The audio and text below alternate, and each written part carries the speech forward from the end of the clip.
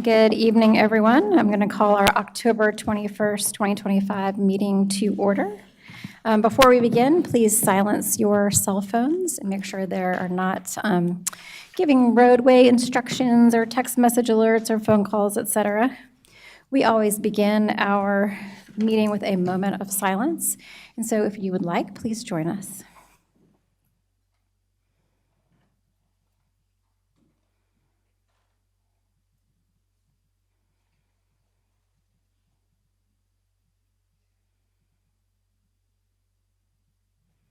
Thank you, and if you're able, please stand for the Pledge of Allegiance.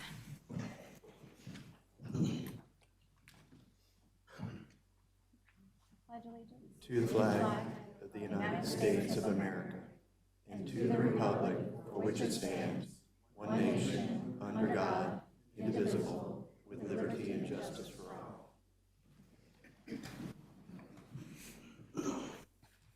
Mr. Smith, announcements. Where, in case they hadn't seen it, of the Verhoff Drive alignment study underway. There's currently an open public comment period that started on October 16th and goes until Friday, November 14th. You can visit our public input page where you can submit feedback about that. To get to our public input page, if you go to huntersville.org and click the button under the search bar that says public input, it'll take you right to there. But if you'd like to see things in person, provide feedback in person, please come out to our meeting on Thursday, October 23rd from 4 p.m. to 7 p.m. here at Town Hall. You can drop in any time during the meeting, view the study map, ask questions, and share your thoughts with us. Also wanted to invite everybody to our Veterans Day Parade. Veterans Day Parade is on November 8th. It will begin at 9:30 a.m. in downtown Huntersville with a ceremony at Veterans Park that begins at 11 a.m. And also wanted to share some good news about HFFA. HFFA just received a Normie Award for Best Fitness Center in Cornelius, Davidson, and Huntersville. So congrats to HFFA. And also wanted to make everybody aware that they are sponsoring the annual Angels and Sparrows Thanksgiving Family 5K. That happens at Thursday, November 27th at 8 a.m. At 16620 Craneland Road, number 100, which is Fleet Feet Sports. And that is all I had. Thank you. Any questions for Ethan? Okay, thank you, sir. Next on our agenda, we have a presentation from Lake Norman Community Development by Director Chris Fountain. Is Chris here? Nope, doesn't appear so. Okay. Moving along, we have public comments. We will start with Sudhir Chimtala. You have 3 minutes. Hopefully I got close on your name.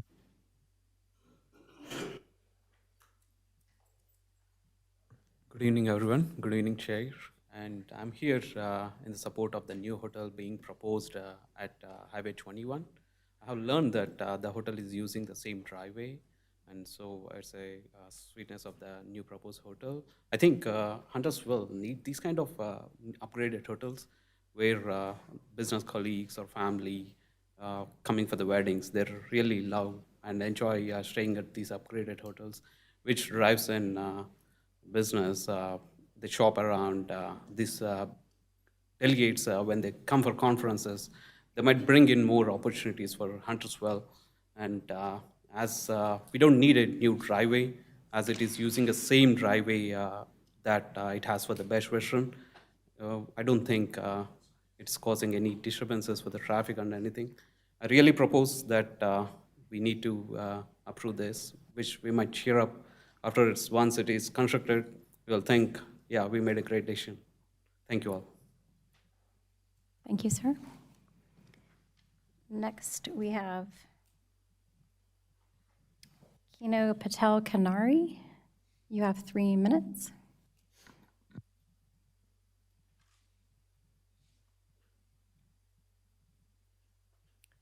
Hi, good afternoon, and I propose and support the this project because it's not affecting any neighborhood, but it will bring the more business to our community, and which is going to prosperous our community. So I propose this project.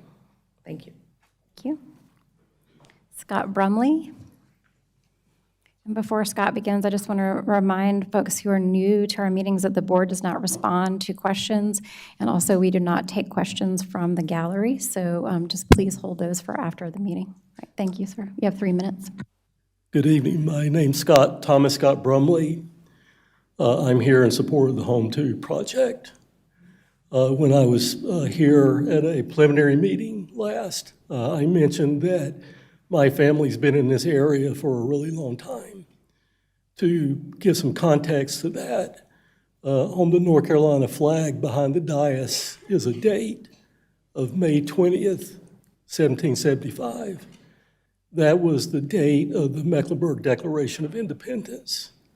And my 7th great-grandfather was one of those signers. So we've been in this area ever since. For 200 years, not much has changed. We're basically a rural community. Fast forward to 200 years to 1975, I was a high school student at North Mecklenburg. After school, some of my friends would go to Neil's Drug, which is right across the street where Slice House Pizza is, for a chocolate milkshake. Or occasionally we would go to the Tasty Freeze on Highway 21, which is about 100 yards from where the project is now. I thought at the time that that was really good hot fudge sundae, but looking back, I now know that I was just too young to know any better. But 21 then was, it was still pretty heavily trafficked until in 1975, they opened up I-77. There was a house on I-77 that instead of demolishing it, they moved it to a piece of property on Highway 21. And that building is where my office is today. I'm getting ready, I'm going to have some land that's going to have to be ceded over to the state for the road widening project.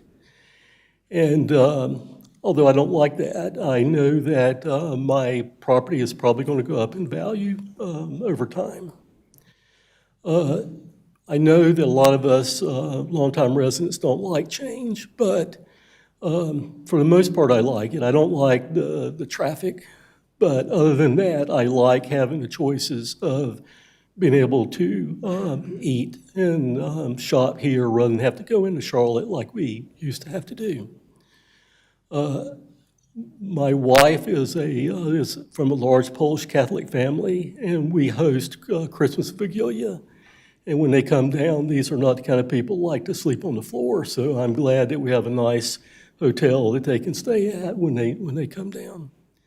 I think this project is a good project, and I think it will be a jewel, a good fit for our community. Thank you. Thank you, sir. Next is Yan-Kun Wang. You have 3 minutes. Thank you. My name is Yan-Kun Wang. I moved to Huntersville through last year on June 2024. I like Huntersville. Before I bought here the property, Huntersville has a really good reputation. So after I heard we have a new building on the corner, it's Home 2, I was so excited because they will become a landmark later. And also bring a lot of business, meaning they pay a lot of revenue tax. And we can build our town better and better, nothing wrong with it. And also, I think from the Gibby Road, another side on 77, another side has a lot of commercial, but on this side, we don't have too much commercial. So after the new hotel building, I believe people coming, stay here, they spending money on our local is so good for our community, town community. So I support Home 2. And also I have a best friend. Her house is 501 Dallas Street is closest to the new hometown building. She has a little girl, take care, cannot come. She asked me represent her. We support home too. Thank you. Thank you. Anil Patel, you have 3 minutes.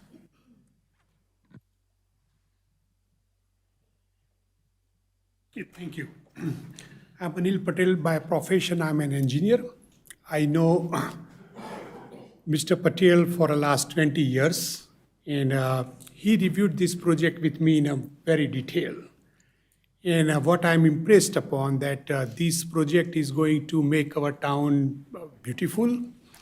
Not only that, I have no concern about nearby neighborhood losing a piece or their impacting or changing our day-to-day life, because he has taken enough precaution that we do not lose the peace around the surrounding the neighborhood and all that.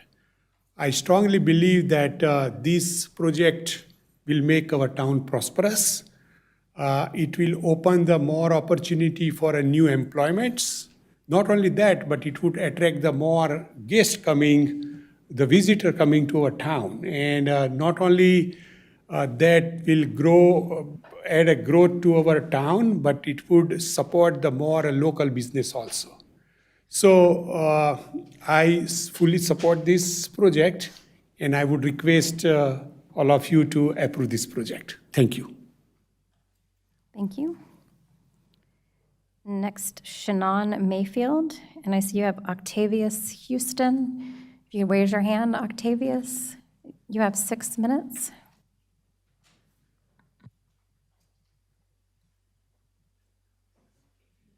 Okay, if I set this here, I don't want to interfere. Good evening, I'm Shannon Mayfield, the squeaky wheel looking for the oil. I've been up here before. We've talked about the history of Pottstown. We've talked about the civil rights. We've heard from the people of Pottstown.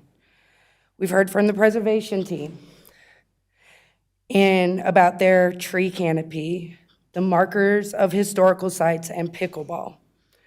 There seems to be a miscommunication on our vision. The Preservation Board has yet to talk about the people of Pottstown.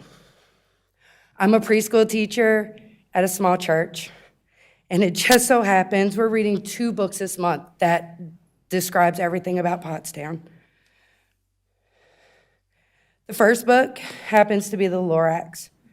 This book is about a onceler who promised to cut down 1 tree and ended up destroying a forest and ended up being lonely, chasing the greed of money.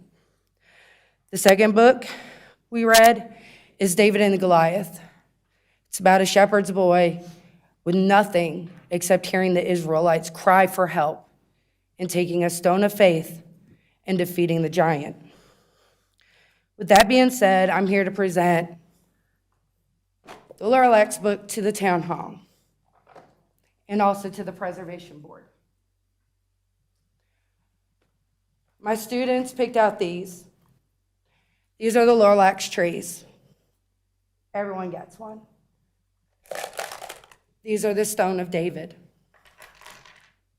At this point, you have the power to either throw the stone of faith or cut the last tree.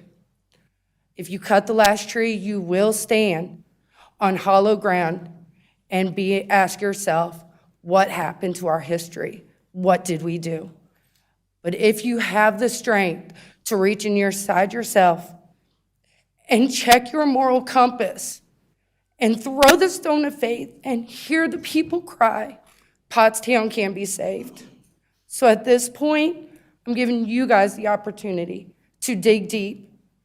It's not about political moves. It's about money. It's about people's livelihoods. So now I'm giving you a symbol, because obviously it needs to be seen. The tree is Pottstown. The rock is faith. Which one are you guys going to stand on? Are you going to let the developers destroy something for money, or are you going to stand for the people that are crying out for help? Crying out. Help us find the grants. Help us find the people that can do this. Why are we so worried about canopies, pickleball, and markers, and not about the people that live there, that have grown up there, that their livelihood is there? Maybe it's time, maybe, that people finally realize that they need to gut check themselves, realize where they came from, and find their roots again. Because at some point, not everyone had money. At some point, not everyone was in power. Everyone started at the bottom. So why are we crushing the people at the bottom? Thank you. Thank you. Janelle Harris. You have 3 minutes, Ms. Harris.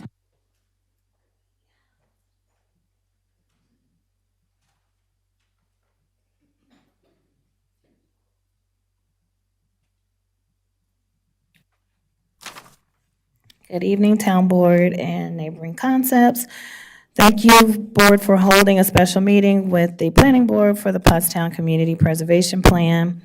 Having this meeting allowed some members of the Pottstown Leaders Group to put on our planning thinking caps. Doing so and listening to what we heard has allowed us to take on our role of advocacy and attempt to devise a win-win-win idea. As the PPP suggests, we have taken it upon ourselves to have independent conversations with developers in Pottstown to request legacy homes be moved to willing current Pottstown landowners' parcels. To be more specific, if a developer plans to demolish a legacy home, they must first attempt to relocate it and to an accepting landowner of a parcel able to take on the ownership and responsibility of the relocated home. We think this is a solution Neighboring Concepts has not devised or advised us to attempt in our efforts of preservation. We have introduced this concept to them, and no time is of the essence. We feel further contemplation and exploration seem vital to deciding on if this is more of a preservation effort and can be added to the plan. Therefore, we ask for continuance and contemplation. As some members of the Pottstown Leaders Group, we have accepted the charge of forming a new coalition separate from our formation in history, and we are diligently undertaking our advocacy in our formulation of this preservation endeavor. However, we need to pursue proper meetings with potential partners, including the Holbrooks Road Community Association. We also would like to know if a moratorium on Pottstown development is a possibility and request Mr. Pete's suggestion of doing independent studies of incorporating members of the ETJ into Huntersville is viable and something that can happen pretty immediately. Thank you for hearing us out, and hopefully we will be able to see this move forward at a later date. Thank you. Scott Barnett. You have 3 minutes.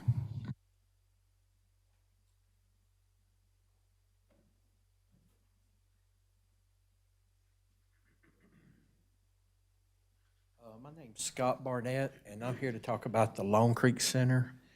And I own the property right next door to this, and a property right across the street. And my mom owns another property right across the street.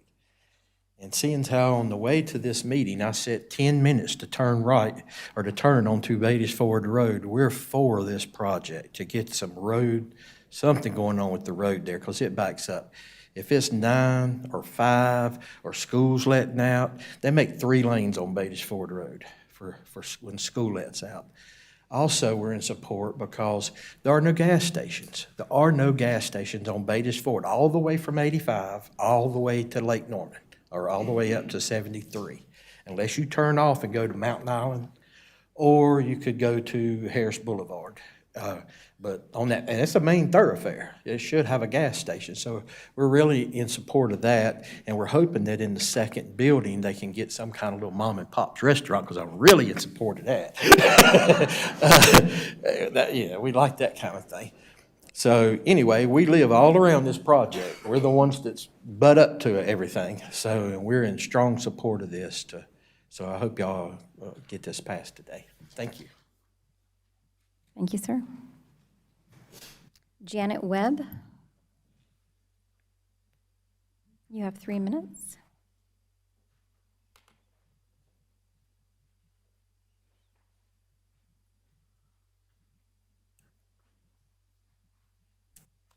Good evening. I'm Janet Webb, and I live in Greenfield Park, which the hotel is going to be built next to that.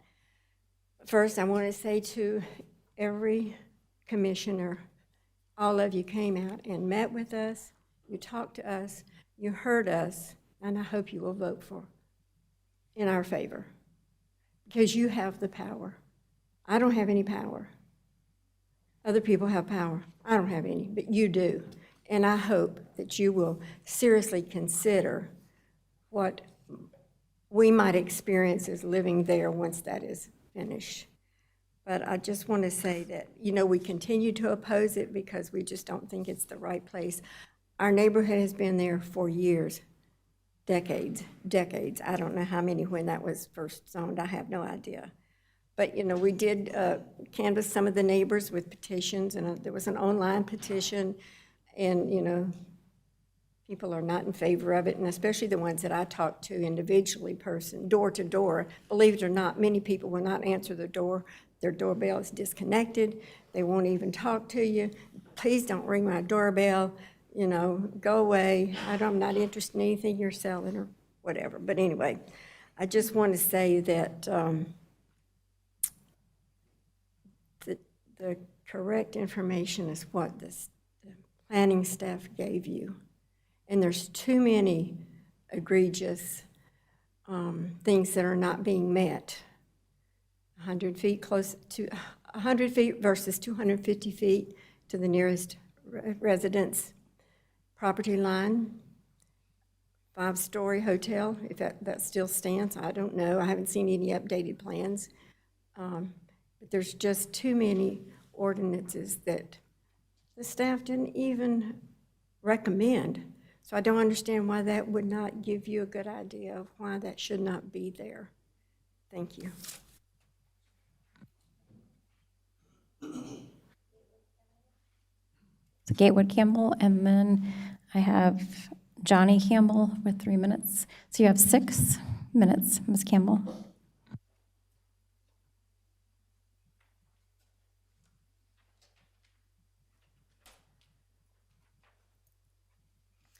Good evening, Mayor and Commissioners. My name is Gatewood Campbell. Shout out to my husband. Today is our 30th anniversary, and here we are. This is because it's this important, and excuse us that we will leave before the meeting's over because we're going to go to dinner. Tonight I'm here to ask questions about the WSOC TV story that broke yesterday. We have now seen screenshots of a group text thread where you are discussing a proclamation. That's town business, period. Why haven't you responded to the FOIA request? What are you hiding? Is it that you know what's in those texts and you know you have broken the law and just got busted? Look, don't play your citizens who pay your salary as fools. We know how this will go down. You will wait until after November 4th to suddenly release the info. Is one of you withholding your texts and the emails, or are all of you? If you have submitted the required information, why not tell us? At least pretend you're being transparent, the transparent board that preaches accountability. I want to remind you about something that happened in this room on November 19th, 2024.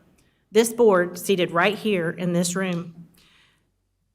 This board voted unanimously to adopt the, quote, commit to civility, end quote, resolution. This resolution states, and I quote, the town of Huntersville pledges to practice and promote civility within the governing body. The elected officials of the town commission enact this civility pledge to build a stronger, more prosperous community by advocating for civil engagement, respecting others and their viewpoints, and finding solutions for the betterment of the town of Huntersville. Commissioner Quarles said, and I quote, why were we recognized? The reason is we've proven to the state how a board should function. We've proven to be civil, cohesive, professional, and have shown that we're a board for everyone in our town. I can stand here and say I'm a purple fire-breathing dragon that can fly and also live underwater. I can tame great white sharks and pull extinct animals out of the air. But come on, you know that's not true. This board can say you are civil. You can say you listen to us. You can say you hold yourselves to a high level of accountability. You've proven that's not true. Stand up and tell the truth. Release the files and set the record straight. Don't play dirty politics and wait until November 5th. Stop playing games and be the board that you say you are. Rachel Zwiff, you're next. You have 3 minutes.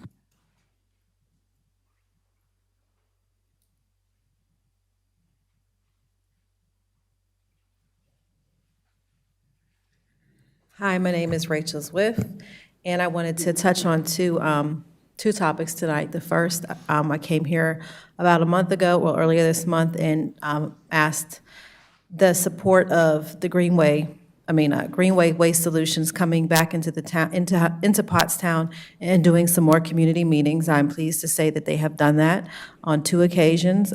They got to meet with some of the residents from both Pottstown and Vermillion that live on the Holbrooks closer to that side, and were able to answer a lot of their questions, and I am in support of moving forward with their project, as well as appreciate the fact that they did what they said they were going to do. Now, I am going to hold them to it, and everybody knows I will hold you to what you say. So I expect that that partnership going on along with both communities will be successful, and always will keep those our residents engaged. Secondly, I want to again speak to the adoption of the Pottstown Preservation Plan, as I am in agreement with adoption, yet it does need some tweaks that are very imperative. I am still for a moratorium being put in place until we are able to really speak about what an overlay district looks like, any other options that we have to help keep development decreased. I understand how important that is, and it's just kind of what we need at this point. I'm also for the town putting in their dollars beyond the cost of the plan, to put in dollars to actually preserve some of those legacy and historical homes as their own, and look at some type of sustainable workforce housing that could suffice long-term for the community. Thank you. Thank you. Jital Patel.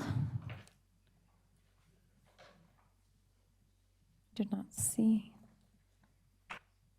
No Patel, okay. Chris Wallach.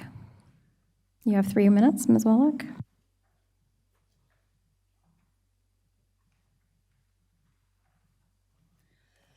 Hi, my name is Chris Wallach. I live in Vermillion. Regarding the Pottstown Preservation Plan, I'm not a resident of Pottstown, but I do live nearby, and I have met and been welcomed by many of the residents.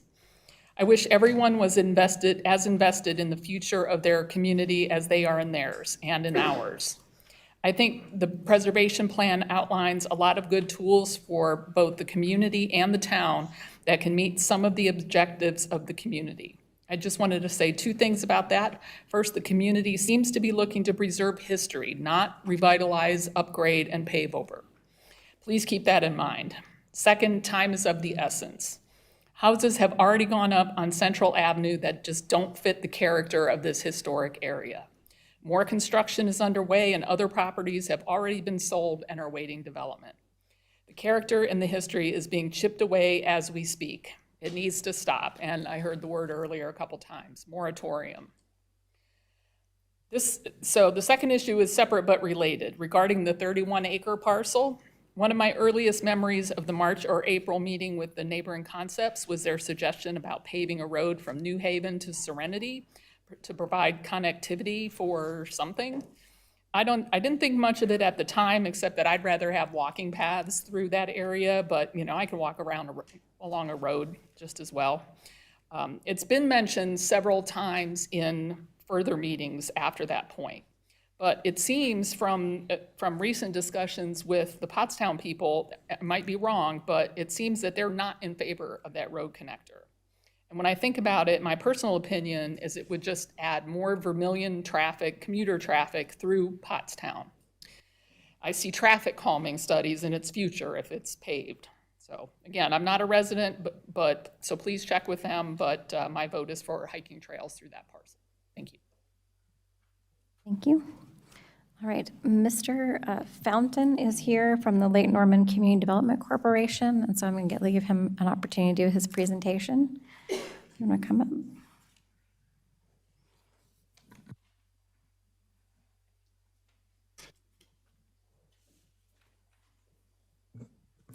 Good evening, everyone. Mayor Clark, esteemed commissioners, and valued residents of Huntersville. My name is Chris Fountain, and I serve as the CEO for Lake Norman CDC. That's short for Community Development Corporation. It's with great pride and gratitude that I stand before you this evening to share the story, impact, and vision of our organization.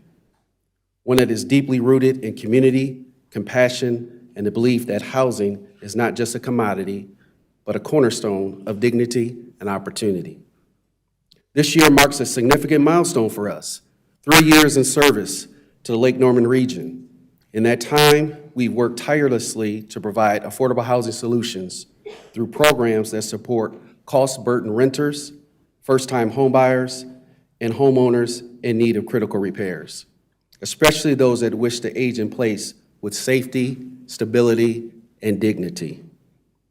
But our story began earlier, 5 years ago, when Mayor Woody Washam began receiving a flood of calls from individuals who worked in Cornelius, contributed to its vibrancy, and loved its community, but could not afford to live in Cornelius.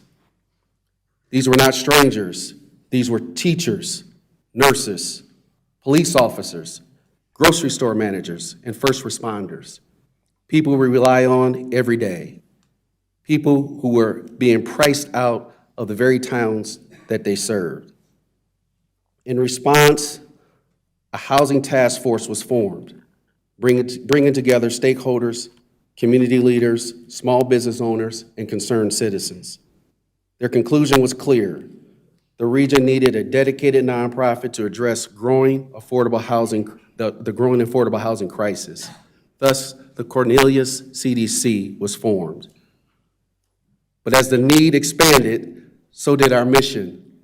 So roughly about 18 months ago, we rebranded, and we're now called the Lake Norman CDC, extending our reach out to not just Cornelius, but Davison, as well as the town of Huntersville.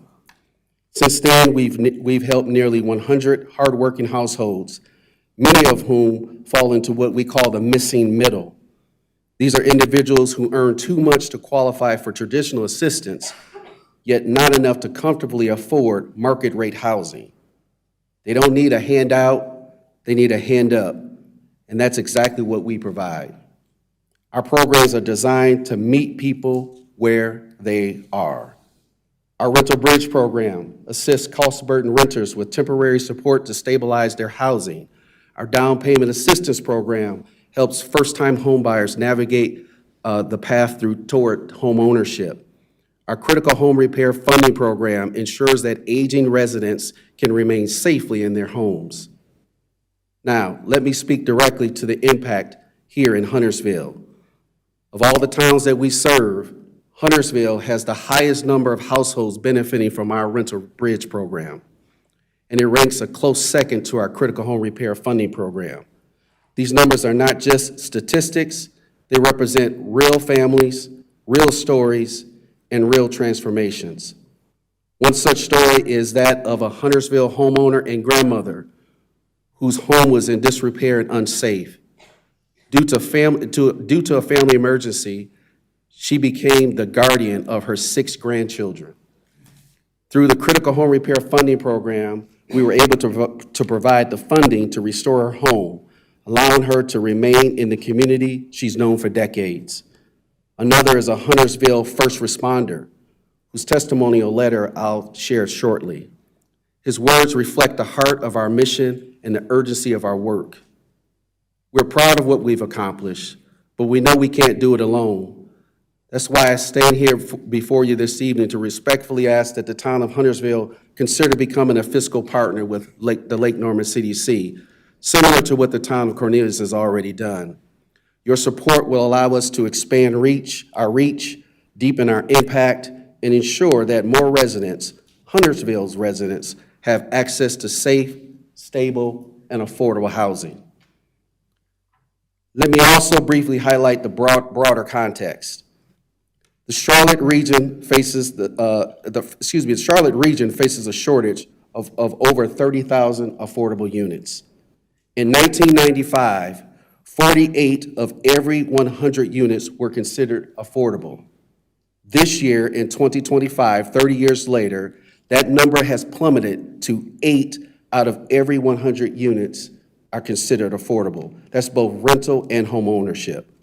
Construction costs has risen precipitously, and the gap continues to widen. These are not just numbers, these are warning signs. I want to thank the town of Huntersville staffer, particularly Becca and Brian, for meeting me on a monthly basis to review these issues and to develop strategic solutions. Their partnership has been invaluable.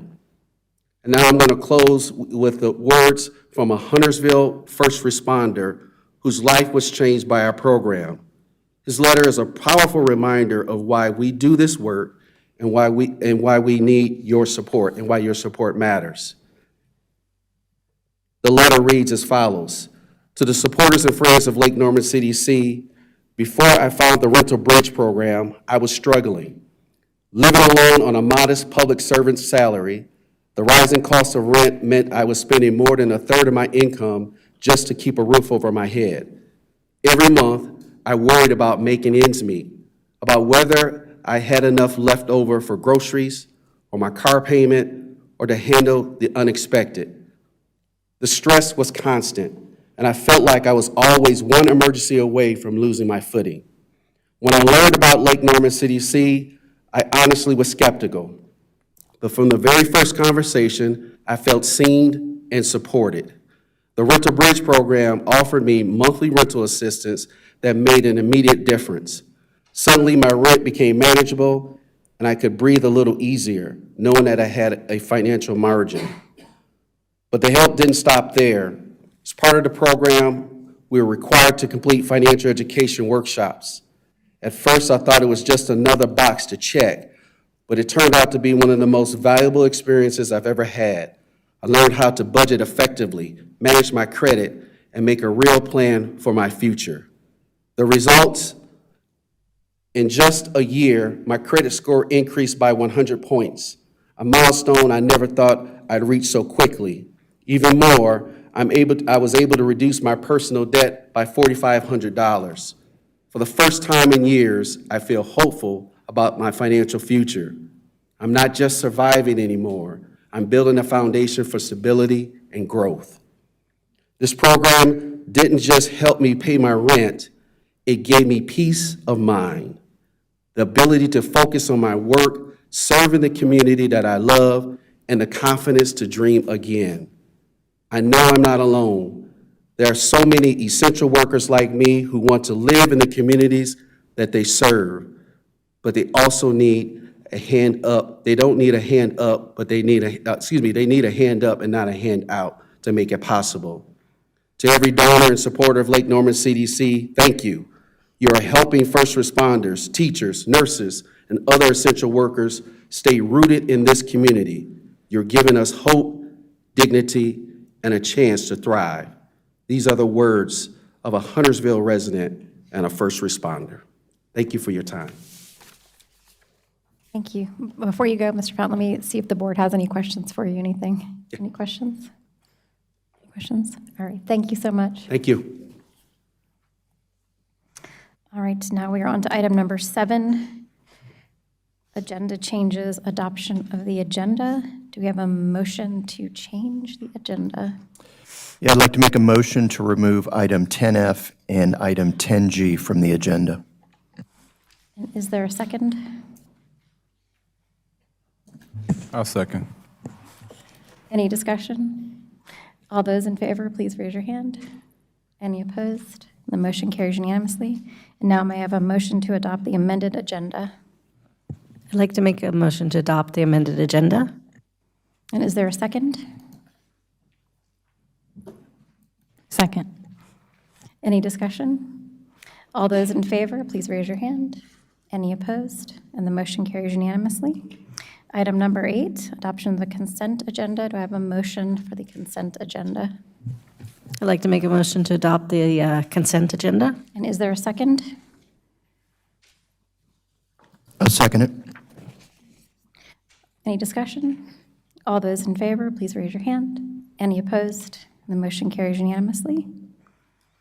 We do not have any public hearings this evening. We're on to item number 10A, consider approving lease of real property to Discovery Place. Ms. Sloop. Yes, good evening, Board. In your agenda package, you have a newly negotiated lease with Discovery Place, Inc. The highlights of the lease are that the initial term will be for a period of 4 years with one option to renew for 6 years if they have satisfactorily met their their annual visitation rate, which will be $50,000 per year. Also, they have committed to making a minimum investment in the property to upfit their current exhibits. We have also added that the parking deck will no longer include any reserved spots for Discovery Place kids. The parking deck will be fully open to the public. Mr. Roberts may have additional items that he would like to discuss in relation to the lease, but those are the highlights. I could go on, but we have a long agenda. I think Emily hit it just fine. So if you have any questions, I'm more than happy to answer. This is a good deal for the town, this renegotiated lease, because it allows us basically more flexibility to sell the grass strip in front of the parking deck if we so choose. Any questions for Emily or Anthony? Yeah. Okay, so in the first 4 years, they need to invest $2.5 million? Is that correct? At a minimum. Okay, got it. And then, are they planning to use the third floor? No, ma'am. As part of this lease, the lease is for the existing space that they are leasing at this moment. Okay, okay, thank you. Just want to clarify this. There's no changes to the square footage of what they're leasing at this time. Exactly what they have. Actually, you know, I increased price on the first 4 years. If you call the old agreement, it's a shorter term too. The original agreement was, I'll go into a little more detail, 2010 to 2025, and then it had 3 5-year extensions, which would have took it to 2040. This is starts in 2025, goes for 4 years, and has if they meet those thresholds, the 50,000 attendance, the minimum 2.5 million investment in exhibits, which will be more than that. Then ultimately, they are allowed to do a potential 6-year extension. So the original would automatically renew to 2040. This one will go to 2035. The original had 30,000 annual payments, or $2,500 a month, for basically, and this is all before anybody was sitting up here, for basically parking deck maintenance is the way it was written. Maybe slightly different than that, but that's what it was for. And ultimately, this converts after the first 4 years they meet the threshold, will convert to actually paying the actual utilities, which is a lot more than that 30,000. So it is a much better lease for the town, and it allows us a lot more flexibility to dispose of other properties. Thank you. Any other questions? Okay, do we have a motion for item 10A? I make a motion to approve the lease of real property to Discovery Place Incorporated. Is there a second? I second. Any discussion? Just want to thank staff for their diligent work on this. Ms. Sloop, Mr. Roberts, it's taken a while to get to this, and I appreciate it. All those in favor, please raise your hand. Any opposed? And the motion carries unanimously. Item 10B, consider a decision on petition R25-07, Home to Hilton. Mr. Barber. All right, good evening. Before I begin, I'll submit my staff report into the record.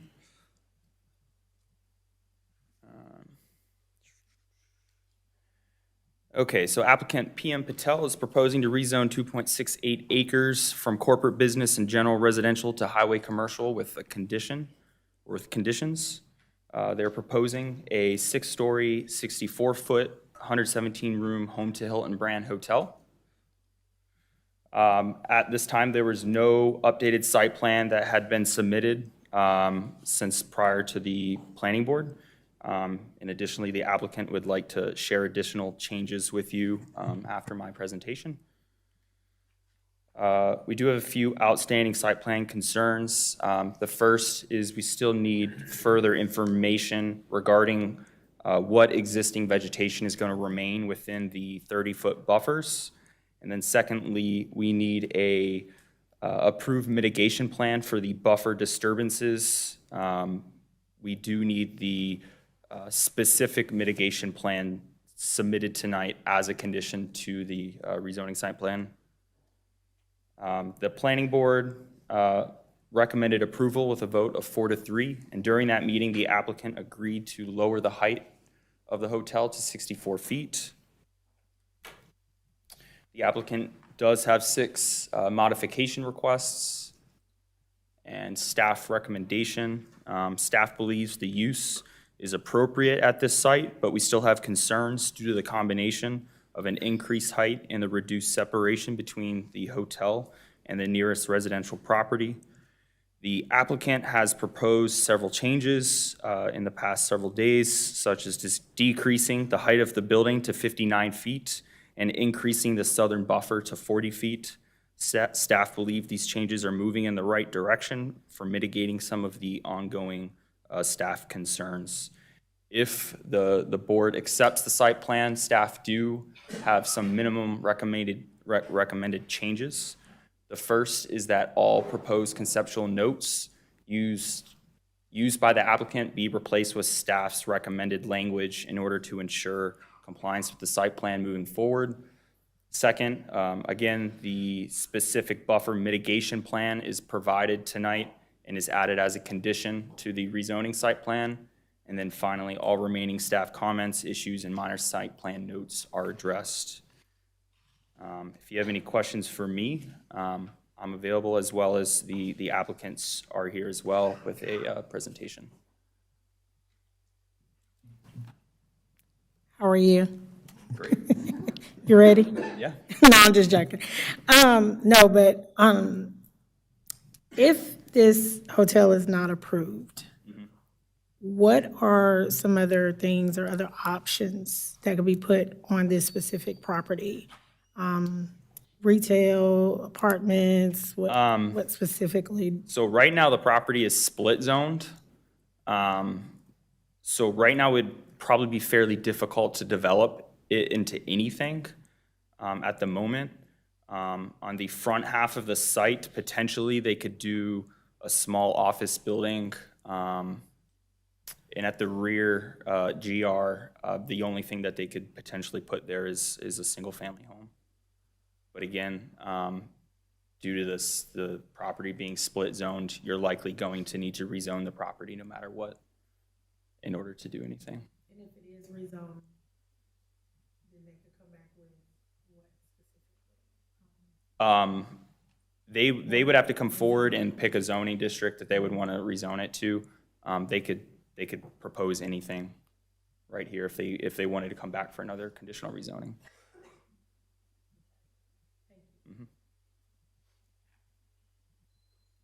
Questions? Commissioner Quarles? With the lowering of the height of the building from 70 to 64, and I just heard you say 59, how does that change now the distance from the hotel to the residential property? The proposed 59 feet, they would be, I believe it's 177 feet would be the requirement. They would still be 100 feet away, so in the end, modifications would still be needed, and it wouldn't necessarily change anything regarding the zoning ordinance. Any other questions? Commissioner Bergsman? So I wanted to make sure I completely understood the right-of-way, the utility right-of-way that's on Hillcrest, kind of at the back of this property. If the where is that in relation to the buffer? So I believe there is some drainage items. Let me see if I can find a picture of it. On the back side of the buffer, this isn't really showing it. Let me see if I can. It is back in this area. But that's not within the buffer. The buffer would start at the property line. I believe there's an easement outside of that, within that right of way. Okay. Do you happen to know offhand, like if someone were standing in where like the edge of the proposed parking lot, and another person was standing on Hillcrest, do you know like approximately how much feet that would be? Yes, I believe it was 50 feet from the parking lot to the road. Okay. And then I think I just got one more. I wanted to confirm, sorry, my iPad decided to sleep. In the staff report, I just wanted to make sure, I wanted to know if it was mentioning that the green, staff were still waiting on if DOT We did was get accepting that. notification, and they are cleared to put in what they're proposing within that green. Okay. They just need to stay away from some of the ditch items, but they should be able to do that. Okay, thank you. Have we received, I know in the staff report at the time, there was no mitigation plan by the town or Mecklenburg County in regards to the stream. Have we received anything or any I would updates on leave that? that for the applicants to discuss. Okay. Any other questions for staff? All right, y'all ready for the applicant? Okay.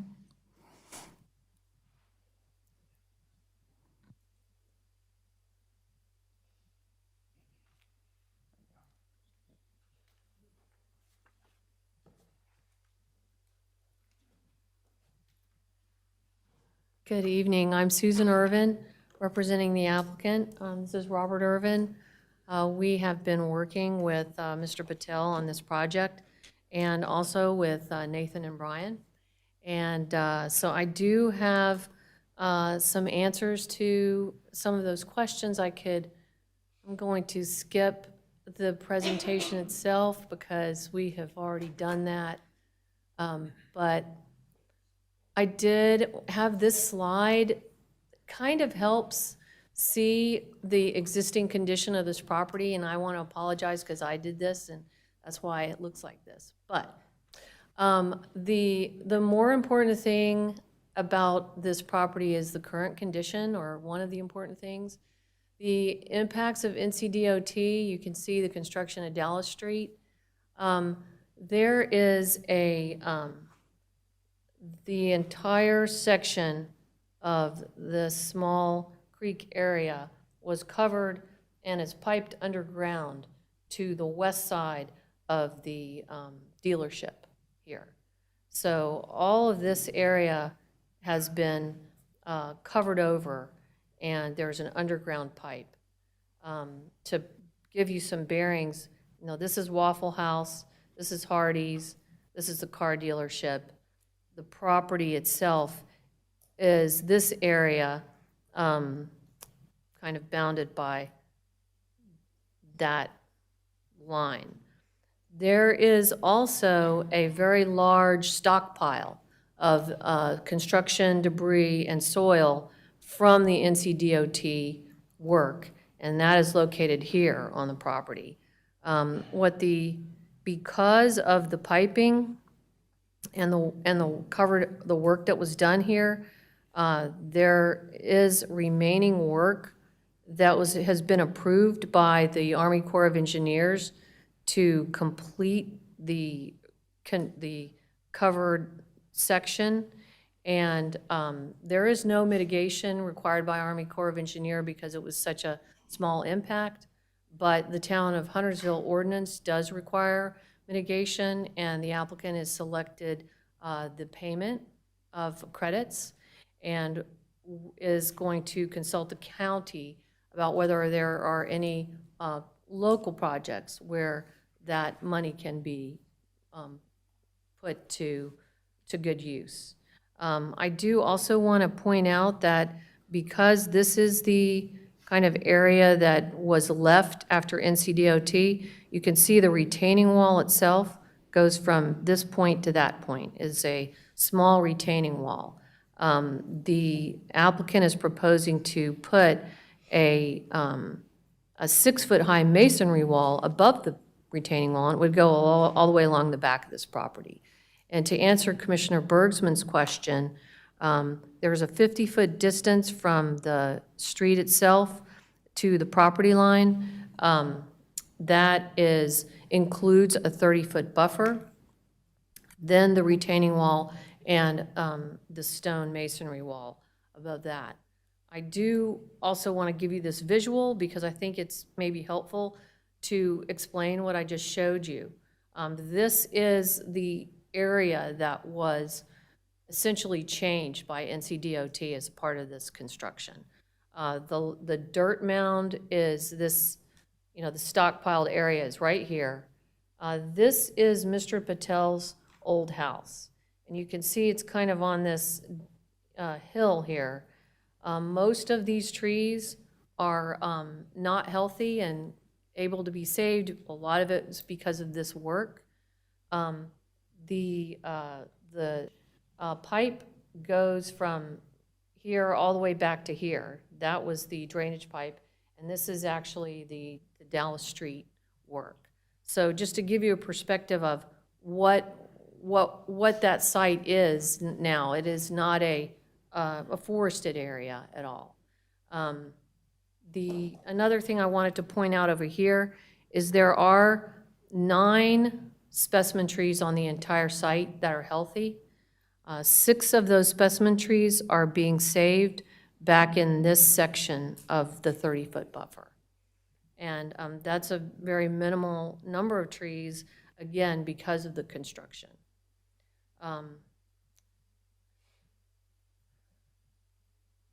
This just gives you a little bit better view of the site and the buffer itself, 30-foot buffer in the rear. Retaining wall is here.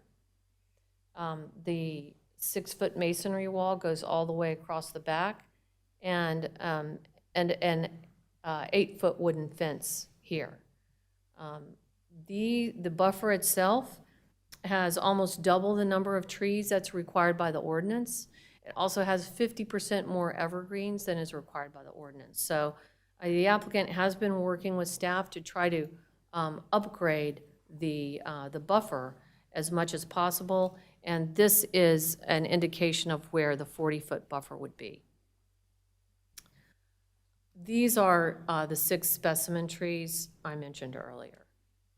I wanted to just give you a visual of the cross-section so that you have an idea of what it looks like. This is probably a better one from the hillcrest, from the road itself.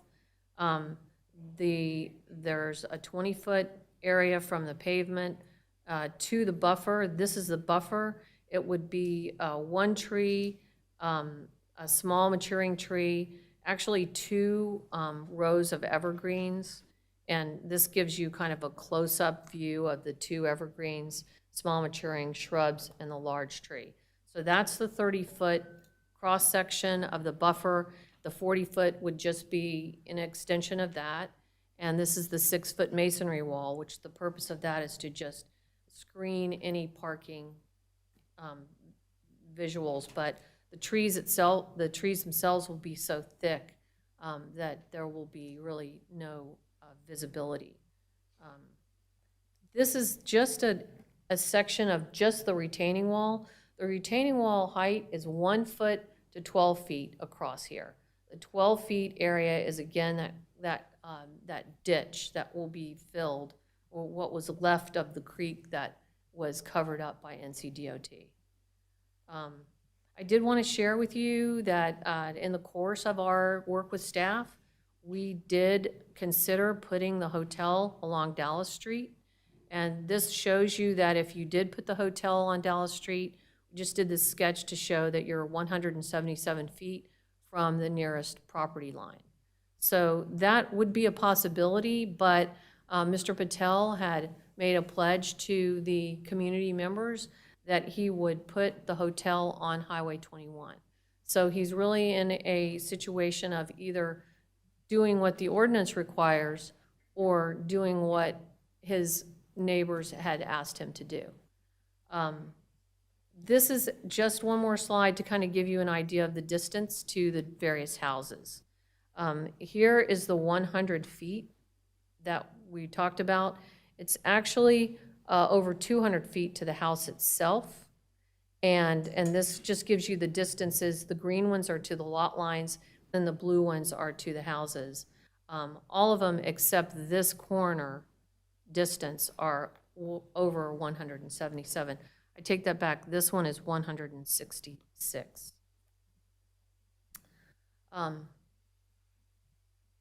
So that is, hopefully answers some of those questions. I'm happy to go through any other questions. I wanted to just summarize on this slide kind of the various modifications and changes that we have worked on over the course of this with staff.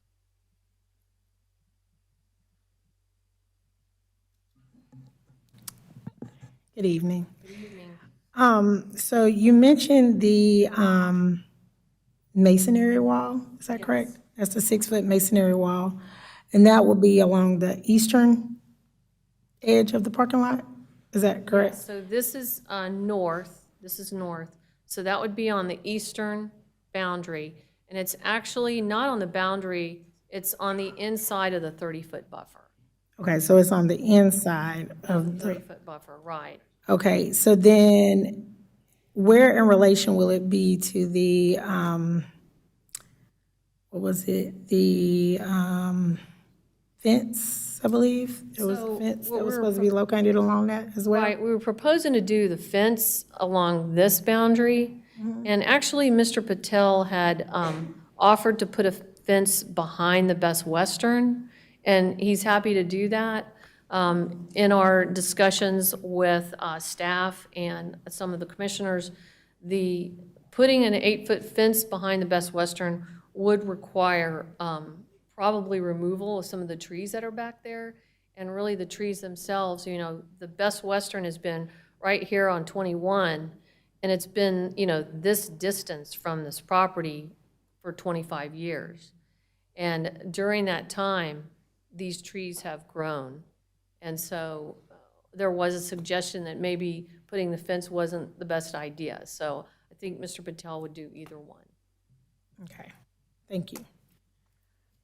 Other questions? Commissioner Hunt? Commissioner Crowell? You showed on one of the slides the distance of 100 feet from the property at 503 Hillcrest. Will the owners or the residents of that property be okay with, or will they be in favor of 100 feet? Well, I know Mr. Patel has met, and his son met with the owner of that property, and she sent a letter of support. Okay. I mean, I don't know how much detail to get into, but they had a discussion about Mr. Patel purchasing the house. It was her mother's house because he likes to have a manager near the hotel who can walk to work. Yeah, and for the sake of transparency, I asked that question because we did receive the letter that the daughter is proposing to sell the home. Okay, yes, and so they met and discussed that, and, you know, it was her mother's house, and she, you know, Mr. Patel and her mother were friends, and so I think that she would agree that Best Western had always been a good neighbor. Commissioner Hunt? Can you go over the stream mitigation again, please? Sure. So let me go back. So the NCDOT has already impacted this property considerably, really from about like here, and they've run a pipe all the way underneath the ground to this side of the car dealership. To the extent that there was a stream here, and it was already piped under 21. So now NCDOT, in the course of their work, covered over that. So what is left is basically this area at the end of that covered over area. And you can see it, you know, a little bit on this. This is kind of that area here. It goes kind of all the way back. So at the very back of the property, that would be where this the remainder of it would be covered. The Army Corps of Engineers has approved that. It is it's such a limited amount of impact that they are not requiring any mitigation. But the Town of Huntersville ordinance does require mitigation. And so what the applicant is proposing to do is, Mr. Patel would just like to pay for that mitigation, and then if possible, ask the county to use that on a local project. Right, okay. Okay, thank you for that. And then, based on the description that you provided earlier of all these various trees that are being planted, it sounds like it could be an upgrade to the existing space because of all the damage that was done previously to the DOT road project. Yes, we did have a couple of other images, kind of looking from the back, so it's, as I said, unfortunately, most of the trees have been removed. And the ones that were there are actually, most of those, a good number of those are not healthy. So there were only, on the entire site, 9 healthy specimen trees. Okay. And then, last question would be more for staff. I don't know if this is fair to ask necessarily, but given the information that the applicant just shared, would you be supportive of the project now?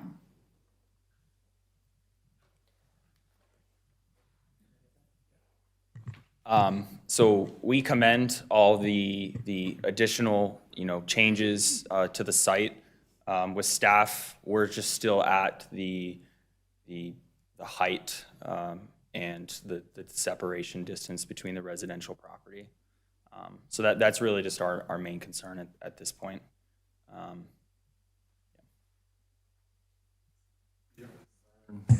From 70 to 64 to 59? The ordinance requires that the building be set back, 3 times the height.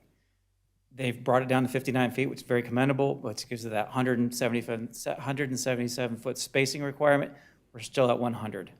So we feel that it's going to be up to the board to make that decision, not the staff. But they have done everything that we've asked. They've got improved urban open space. They've gone above and beyond with the buffers. So they've set that precedent where you could say that they have gone above and beyond the ordinance minimums, which is what we've done when we did the text change about 2 years ago to allow for this flexibility to occur. So it's going to be the judgment call for that too. Did they meet the warrants to go above and beyond that? We just can't support the reduction. Commissioner Bergsman? So, Susan, I noticed in the packet, I believe, it looks like Mr. Patel engaged an arborist, and we have that tree assessment. Yes. Do you know the difference? Because it seems like there's only one tree or 1 or 2 that are marked as good. And I believe staff or you or both have mentioned some of the reasons for that. My question is, what is the difference between the ones that are marked fair and the ones that are marked poor? I get what the poor ones are, but what is considered fair? So I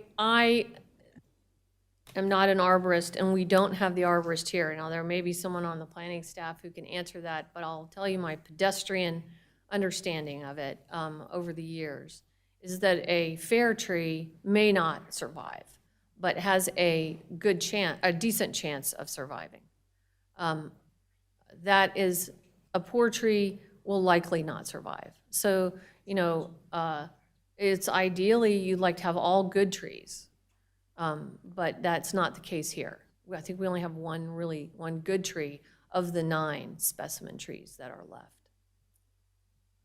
And then I have just one more question for staff. And it might help if you, I think probably on the first page of the staff report, just looking at the part of the project that's general residential and Currently GR. and looking down Hillcrest and how there's, quite a few properties in addition to this that are, commercial on the Statesville side or some sort, and then residential on the other. If this was approved, do you feel like it could set a precedent for other property owners that have Hillcrest on the adjacent side to look towards projects that would also change that from general GR? Make sure we're talking about the same areas. Yeah. Go back to Nathan's presentation. While he's looking for that, I would just point out that each individual rezoning request is unique and on its own. They have various project specifications, et cetera, so you are not, by approving one rezoning, setting a legal precedent. Thank you. So you're referring to this small area back here? Actually, on the other side. Just kind of I just noticed when I'm looking at this, continuing down Hillcrest, you have a lot of GR. Sure. No, staff would not be in support, and none of our smaller local area plans, downtown plan, would support doing anything other than residential back along Hillcrest. Okay. Thanks. Sure. Commissioner Walsh? Susan, you'll probably have to flip a few slides. You had a slide where it was like distances to the houses surrounding it. And if Mr. Patel is, and I realize it's still zone residential, if Mr. Patel is purchasing that one that to the property line is 100 feet, what's the next closest one? Because it sounds like if we're talking, now if they bring it down to 59, 177 is the number. Right, 177 is the number. The closest one, the next one is 166, according to this, 168. Right on my glasses. 168, according to, we asked Peyton Woody with Woodbine Design to do this analysis. And, of course, all of this is conceptual, but that's the closest one here. Okay, so the delta is now 9 feet, I guess. Correct. Okay, thank you. Any questions for staff or the applicant? Okay, are we ready for a motion? I make a motion to approve rezoning petition R25-07. In considering the proposed rezoning application R25-07, Home to Hilton, the town board approves based on the plan being consistent with policies LU 6.2, LU 5.1, LU 2.1, and EV 2, which specifically states encourage existing economic assets in entrepreneurial business development. The rezoning is approved with the following modifications. First one, hotel separation based on 100.4 feet from the nearest residential district for requirements of Article 9.45.1 and 9.45.2A. A maximum hotel height of 59 feet instead of 36. Partial grading within the undisturbed buffer in accordance with the existing features plan. Any deviation from the existing features plan must be minimized and approved by the planning staff. The hotel structure may be built offset from Dallas Street frontage while fronting along Statesville Road frontage. Impact on the swim buffer with an approved mitigation plan by all necessary agencies. Is that the mitigation we're talking about? Okay, so the mitigation now is going to be 8.25.11.B.8 payment credits. Approval is also based upon the following conditions. All the proposed conceptual notes used by the applicant be replaced with a staff recommended note to ensure compliance with the site plan, as all current notes allow complete changes. The proposed improvements shown on the rezoning plan are schematic in nature. The exact locations and architecture of the units and buildings may be modified as approved by the planning staff during design, engineering, and construction phases of the development, so long as such modifications are within the boundaries of the conditional district rezoning, and complementary and in harmony with the general layout of the rezoning plan.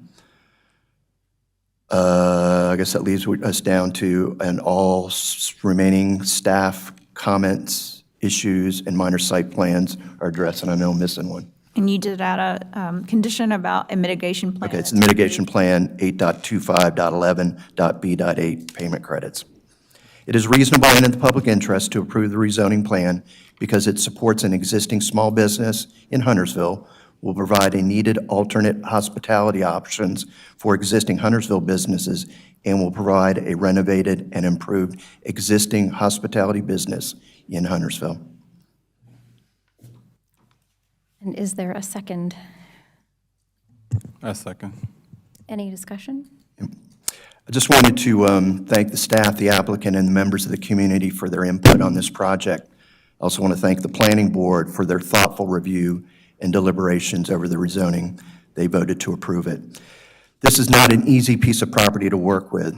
This property sits on US 21, a major north-south corridor next to an existing hotel, but also backs up a residential area. That said, I can't think of a better place to put a hotel than along a major thoroughfare near the entrance of an interstate. The project will add a more upscale hotel to the area and Huntersville, along with upgrading the existing Best Western. Any other discussion? One thing I told the residents when I met with them is we will seek a win-win, and I think that's what we've done. I think the applicant has gone above and beyond to make this project work. I know we questioned staff very extensively. Thank you guys for participating and dealing with us. I would not want to see apartments along 21. We have enough apartments already built in our community. And lastly, I think that this project will serve our downtown revitalization very well. I will be voting in favor of it. Okay. Commissioner Bergman. You know, Mr. Patel, I feel like in a perfect world, you wouldn't need the GR zoning, that you have enough space on that property, because I do like your project. And I wish I could support it because I think it was a good one. I still have the same concerns outstanding as staff do and especially for me, it's looking at those 3 GR parcels. So I'm not voting in favor tonight, but I did want to let you know that it's not the project, it's just an unfortunate geographic restrictions. And if it is approved, I wish you the best of luck. All right. All those in favor, please raise your hand.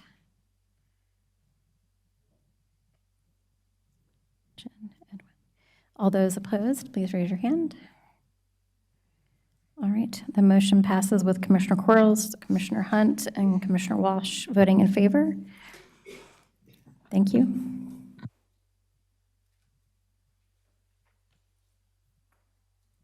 We are on to item 10C, consider a decision on petition R25-08 2nd Street Village.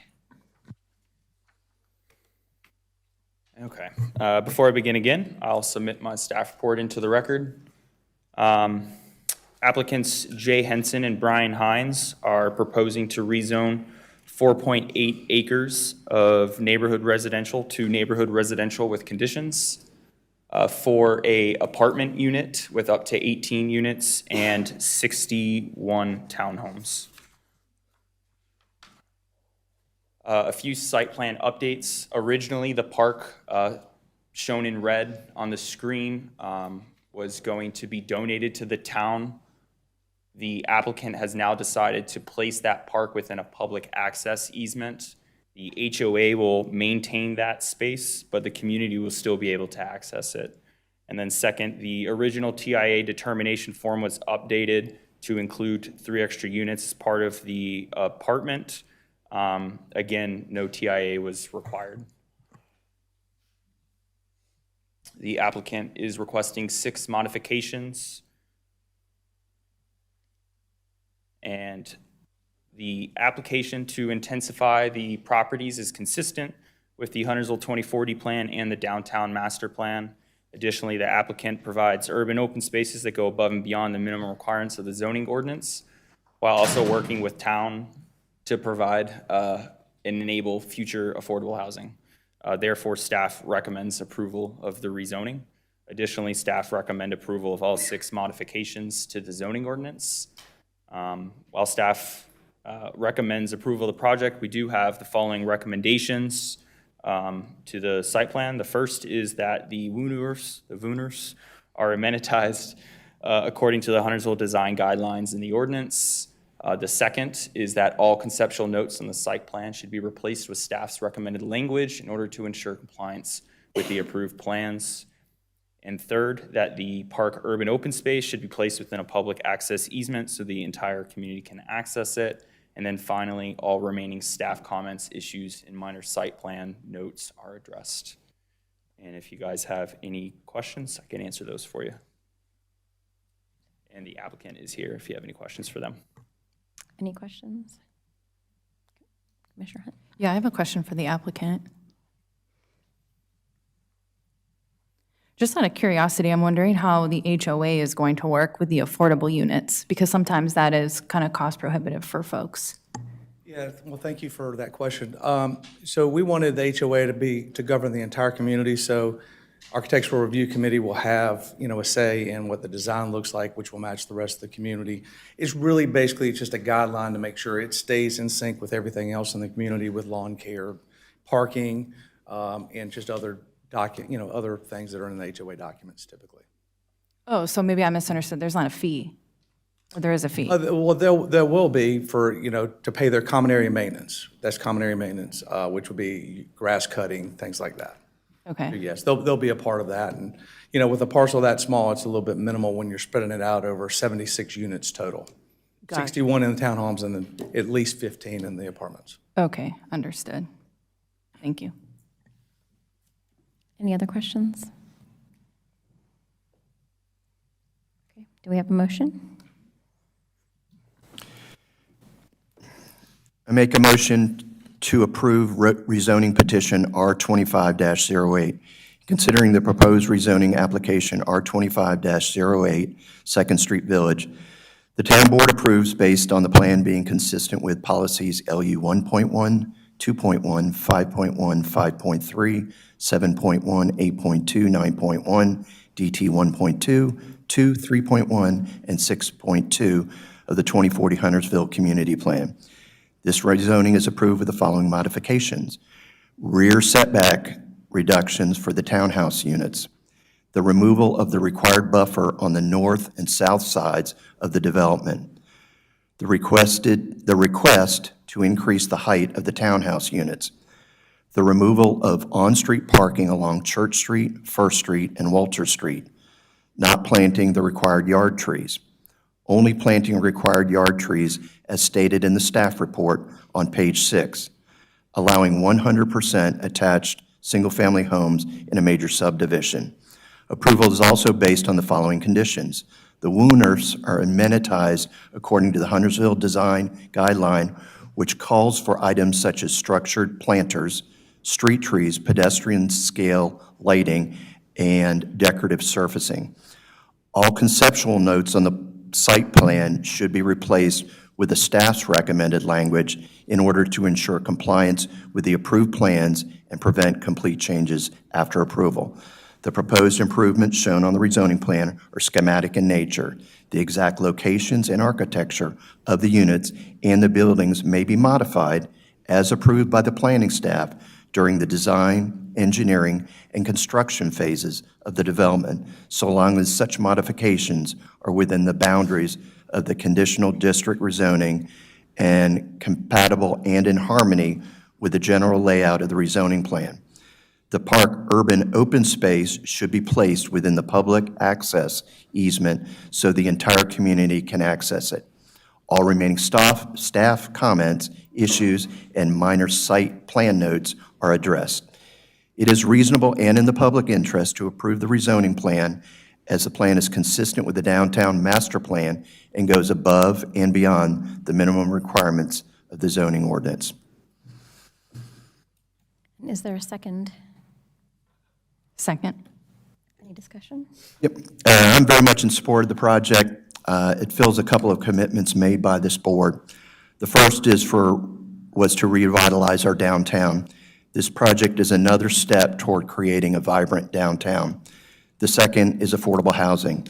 The co-op building is on this project is a huge step on our ongoing efforts to make Huntersville a place where everyone can live and thrive. Commissioner Rivers? I would like to commend the developers with this project. I definitely agree with Commissioner Walsh that it does encompass what we are looking for to revitalize our downtown, but also highlighting and acknowledging the need for affordable housing. So thank you for that. Just coming to us with the idea and making sure that it definitely looks and feels like Huntersville, a growing and thriving Huntersville. So thank you for that, and I will be in support of that as well. Commissioner Corliss? I want to say thank you so much for helping us come through with our promises made, promises kept. We say we're going to revitalize downtown. We're doing that. You also helping us with affordable housing. So again, thank you for a job well done. Commissioner Bergsman? Yeah, there's definitely, I feel like, some out-of-the-box thinking on this project, which I really appreciate. I've been excited about this for a while, since public hearing and moving on, and I'm happy to support it, and especially staff. I know, there was a lot of involvement to get this to where we are today, so I'm happy to see it. All right. I'm just going to echo that. I think it sounds great. I think it's a wonderful project, and I'm grateful that we have folks who are as invested in affordable housing as we are. So thank you.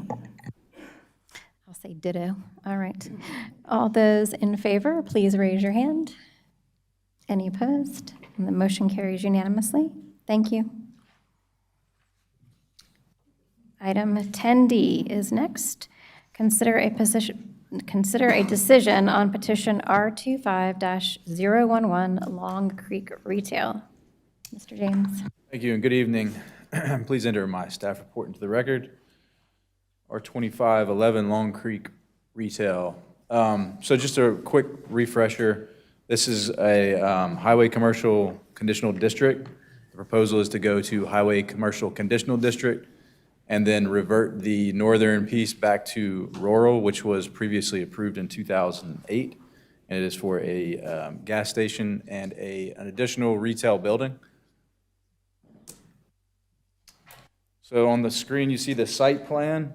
The site does ask for a few modifications, one being the 30-foot buffer, which the ordinance requires to be vegetated. The applicant is asking to grade into that buffer due to some topography issues in order to get the site they want.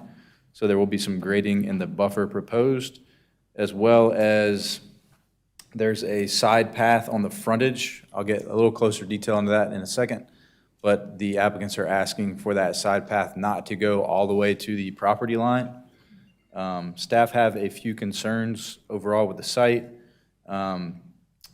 With how the site is graded and it's a standalone site, staff has concerns about the future connectivity that can be integrated in with a future project. And because of the topography, it's a difficult task to do some of those items in order to connect the other parcel to it, if it does come into fruition for redevelopment. There are some minor tree save comments still standing, and then we do have issues with the side path not going to the property line, mainly due to the topography issues and the retaining wall that is proposed along that frontage. It could be difficult for a future project to connect to that side path without grading on this site. I'll show you a little more close-up of that. So here's some close-ups of the buffers. As you can see, there's a lot of topography along those 30-foot required buffers. The main one I'll have you look at here is the one on the bottom left, and it shows the area where the applicant has put in an access easement. There's a 13-foot fall off from the property line to where that driveway connection would be. And there's also a retaining wall along that driveway. So if someone did develop that northern site and by ordinance, put a connection there, you would have to do a lot of work on this site in order to make that happen, and also a lot of grading back on the northern property in order to get those grades right to meet that standard for a driveway. Here's a close-up of the side path. As you see, it does not go all the way to the property line, and there is a retaining wall that holds that topography back off of the side path. Because of this, there's concerns that possibility that the retaining wall could be removed or need to be removed, so there's on-site grading to this parcel. So we have concerns about the difficulties of connecting that side path in the future. As far as the 2040 plan goes, there's a lot of emphasis put on connectivity, and in the Beatties Ford, Mount Holly, Huntersville Small Area Plan, it really talks about an integrated urban village. Because of the topography in this site, and staff does understand the difficulties in developing this site alone, and that the applicants could not get agreements with the northern site. We see those difficulties, but at the same time, the grading involved in this site would essentially be building into a bowl where it makes those connectivities for an urban village very difficult for the future. The planning board did recommend approval 8-0 with conditions. One would be that the future modification to the grade and the retaining wall would be guaranteed upon further development of the property to the north, and that the applicant bonds the remainder of the side path. Staff has concerns with both those conditions and how we would enforce those. We don't have an avenue to bond the sidewalk because at CO, the bond would need to be released, and then we don't have that money for the side path. As far as the connection, I just spoke about that and the difficulties in doing that and how would that be enforced moving forward. So with all that being said, staff does not recommend approval. Again, we do see the difficulties in developing this site any different way than they've proposed as a single standalone site. The previous rezoning plan, as we all know, is both the northern and the southern site, and it has that integrated. Staff believe that without grading off-site, it's really difficult to grade and develop this site without making that connection as two together. So this time we will not be supporting the project. The applicants are here for any questions, and I'd be happy to answer any questions as well.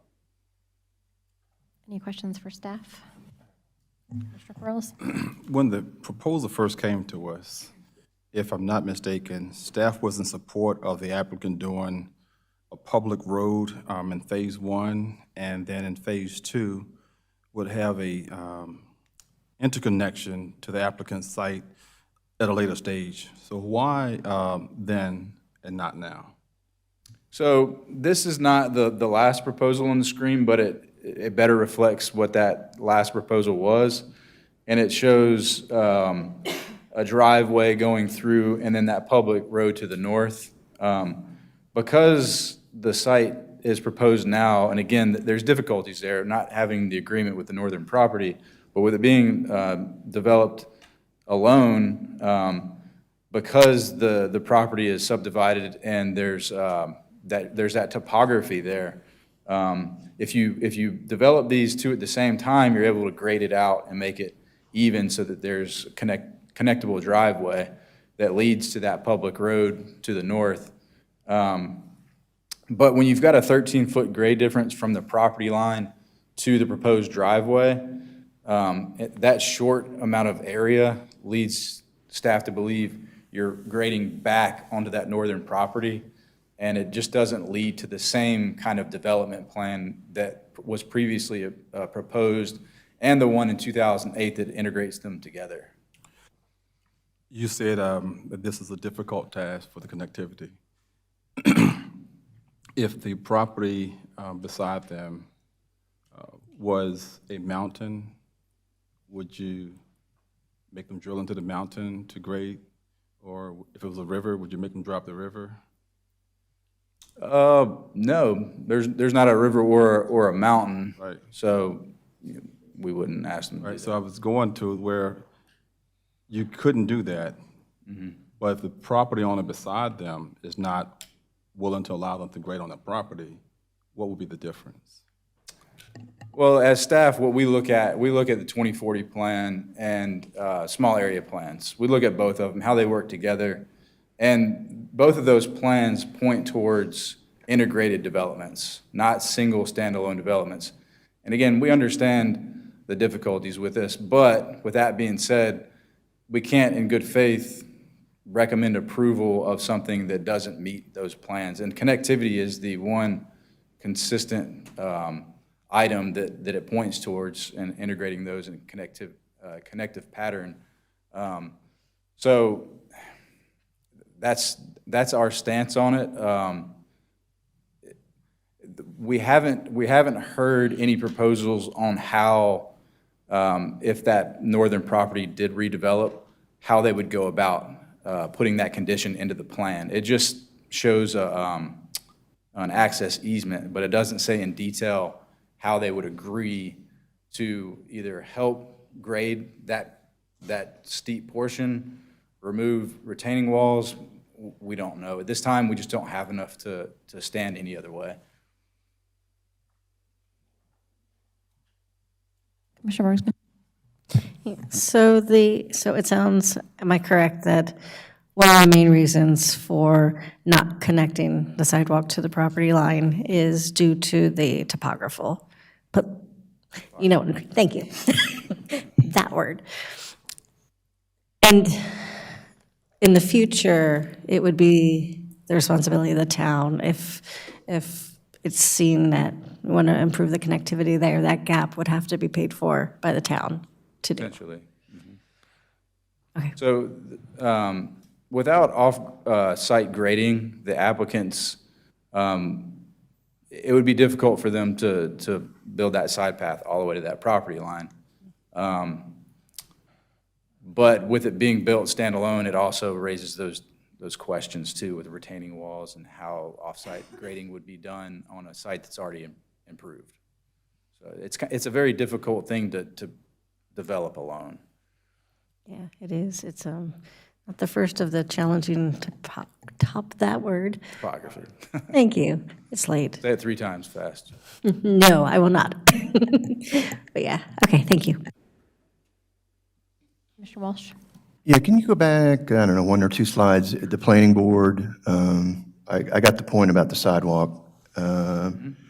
Future modifications to the grade and retaining wall would be guaranteed upon further development. What are they saying there? It's kind of hard to decipher. I think what they're trying to say there is if and when the northern piece develops, the applicants agree to make concessions and helping with the connection. But I don't have an avenue to do that without a very creative condition on the plan, because if this northern development develops 10, 15 years from now, how does the staff make them do that without it being detailed on the plan? Okay, thank you. Any other questions? Any questions for the applicant? No. A question for the applicant. We're going to stick with this connectivity. Staff mentioned that it's a very difficult task to do. Is it feasible? It is doable. Good evening, first of all. I should have introduced myself. Jeff Muffley, I've become your frequent fixture, I guess. The issue with connectivity, the plan that the staff showed is a 2008 plan. They need to show you the plan that they recommended, and they recommended approval, where the interconnections road will be done at a later stage. So for us, connectivity is very important. We need all the traffic that can come in and disperse easily. That's how we get to sell more fuel. So there is no objections in our long-term plan for any connectivity, whether it's on that side or any other way, that we can get more people in and out easily. The only thing in this here, they're asking us to go into the neighbor's property, grade in as far as 35 or 40 feet into their property, approaching their house on structural. Due to the grade is 13 or 15 feet height, you have to go and cut so far and so deep into the neighbor's property, which at this point, they're not cooperating, they're not part of it, they will not allow us to go into their property.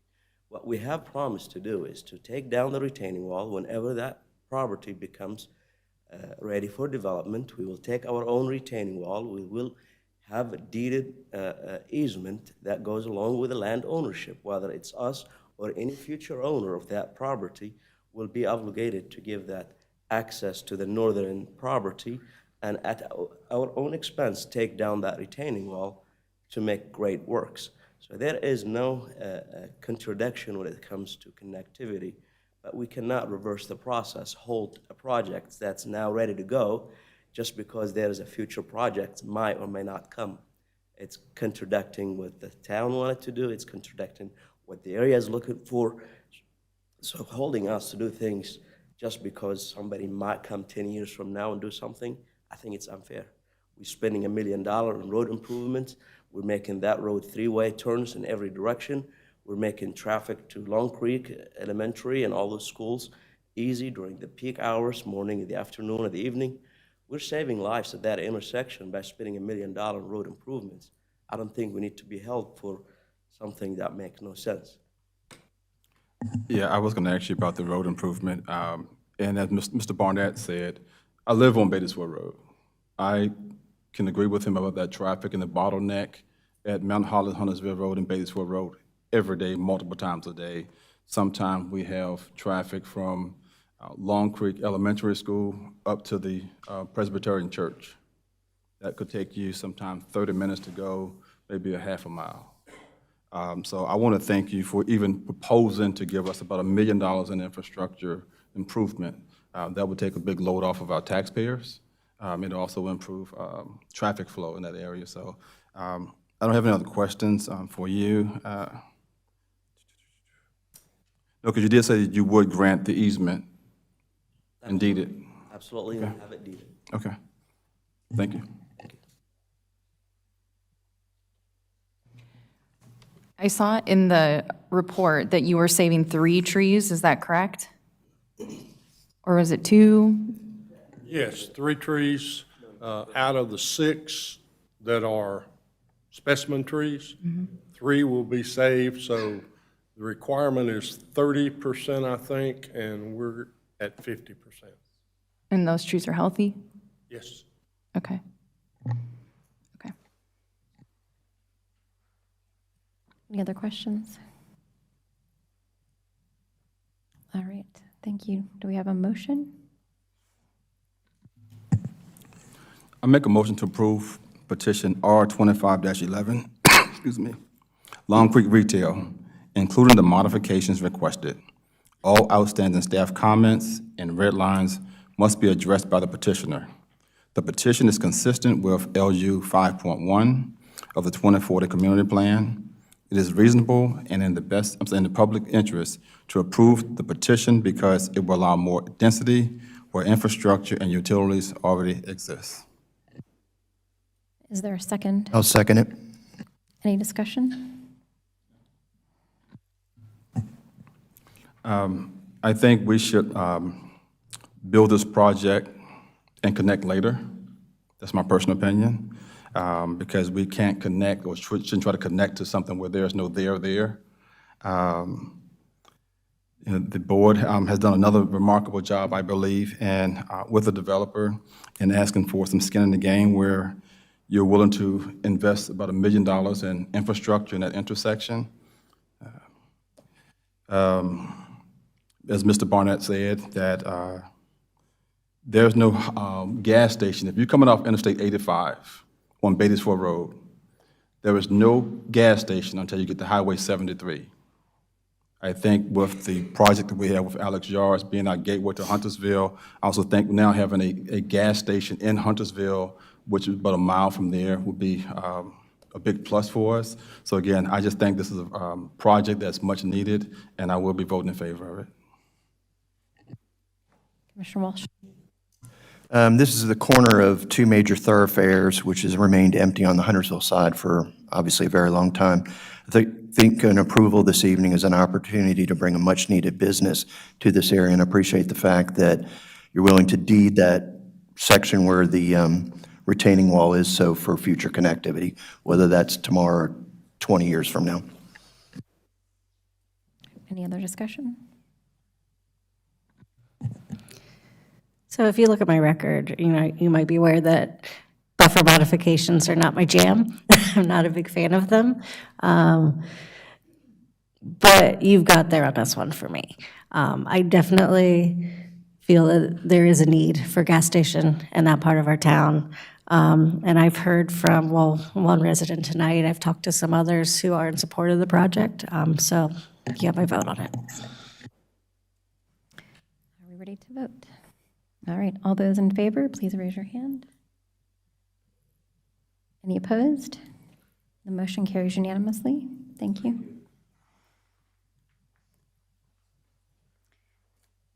Item 10E, consider adopting the Pottstown Community Preservation Plan. Mr. Pete.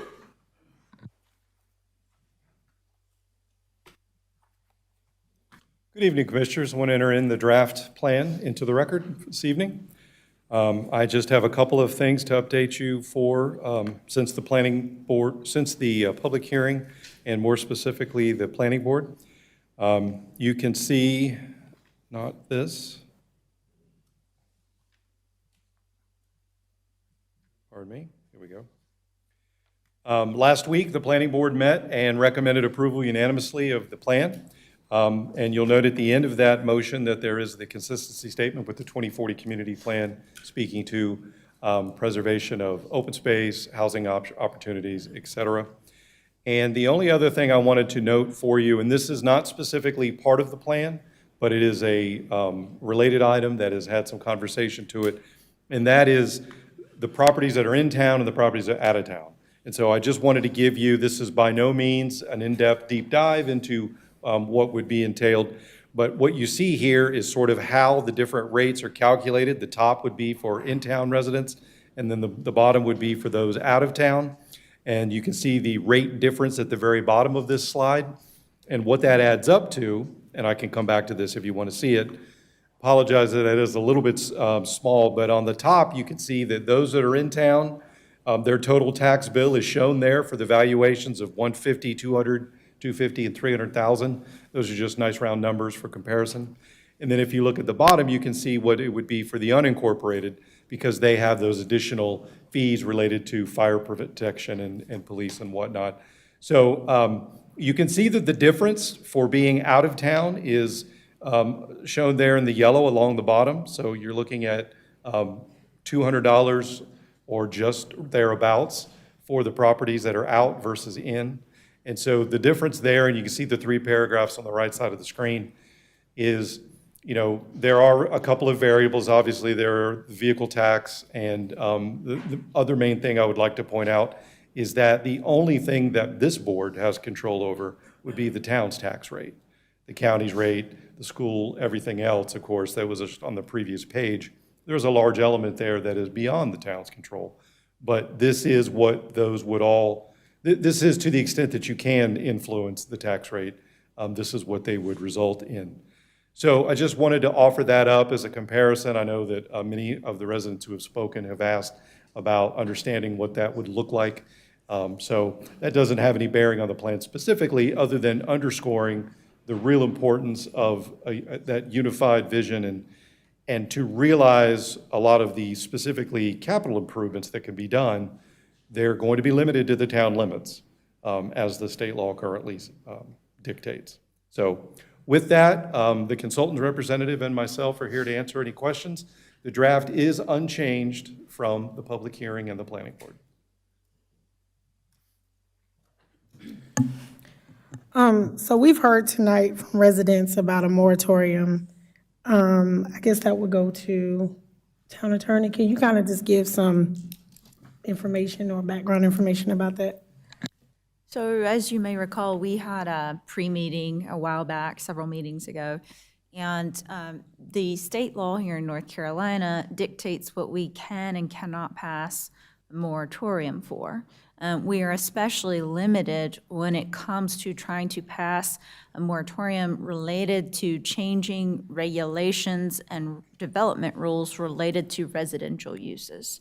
So without knowing exactly what is being proposed in terms of what sort of text amendments are being considered, it is difficult for me to tell you 100% one way or the other as to whether or not we have authority to pass a moratorium. I would need to know exactly what is being proposed, the specific language of the text amendment, as to whether that is feasible or not.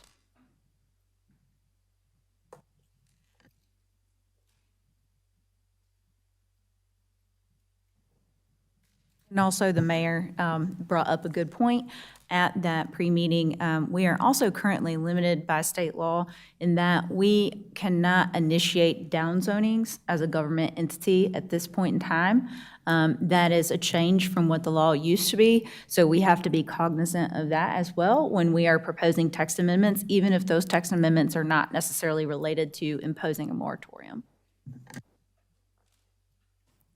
Any other questions? So when you say downzoning, can you kind of give in layman's terms, like downzoning? Sure. So the statute lays out several examples.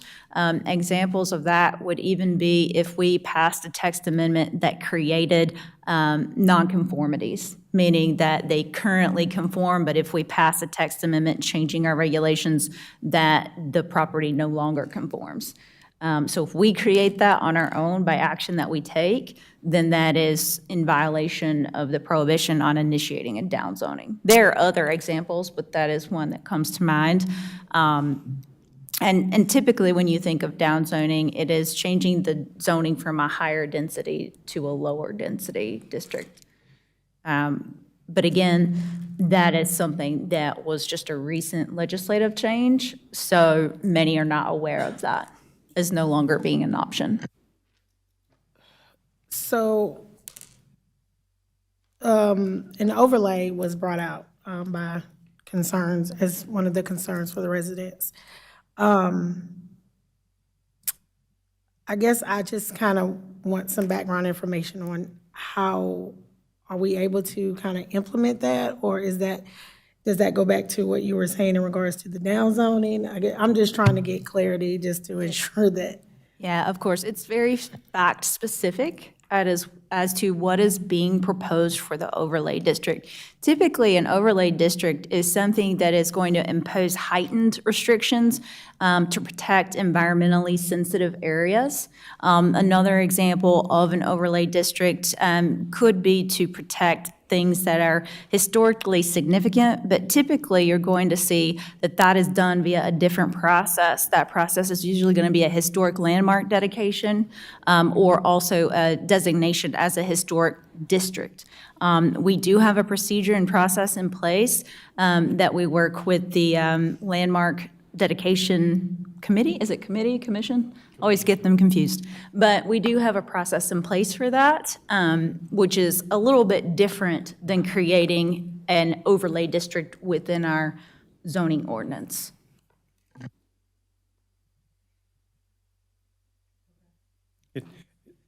Hopefully I didn't confuse you more.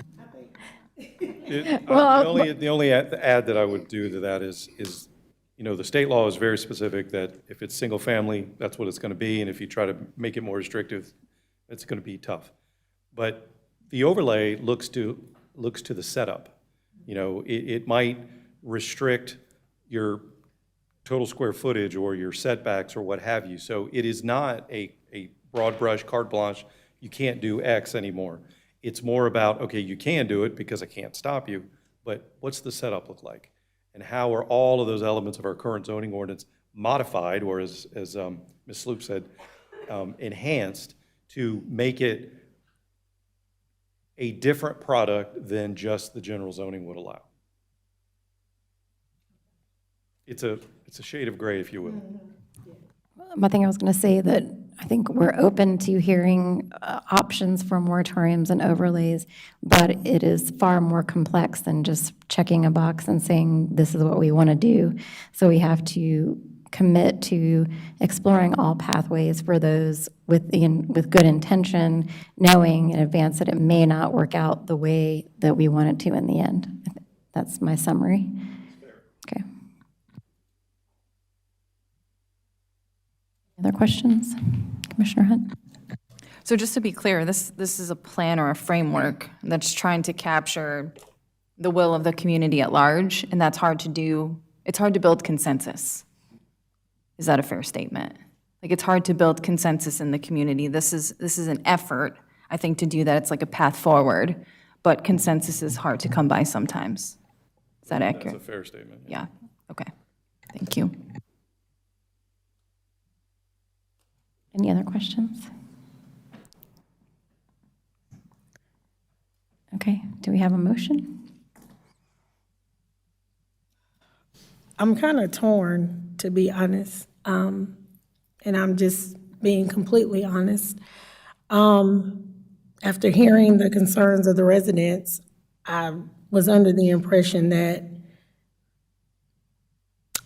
the preservation plan was being created in good faith in ensuring that Pottstown is being preserved.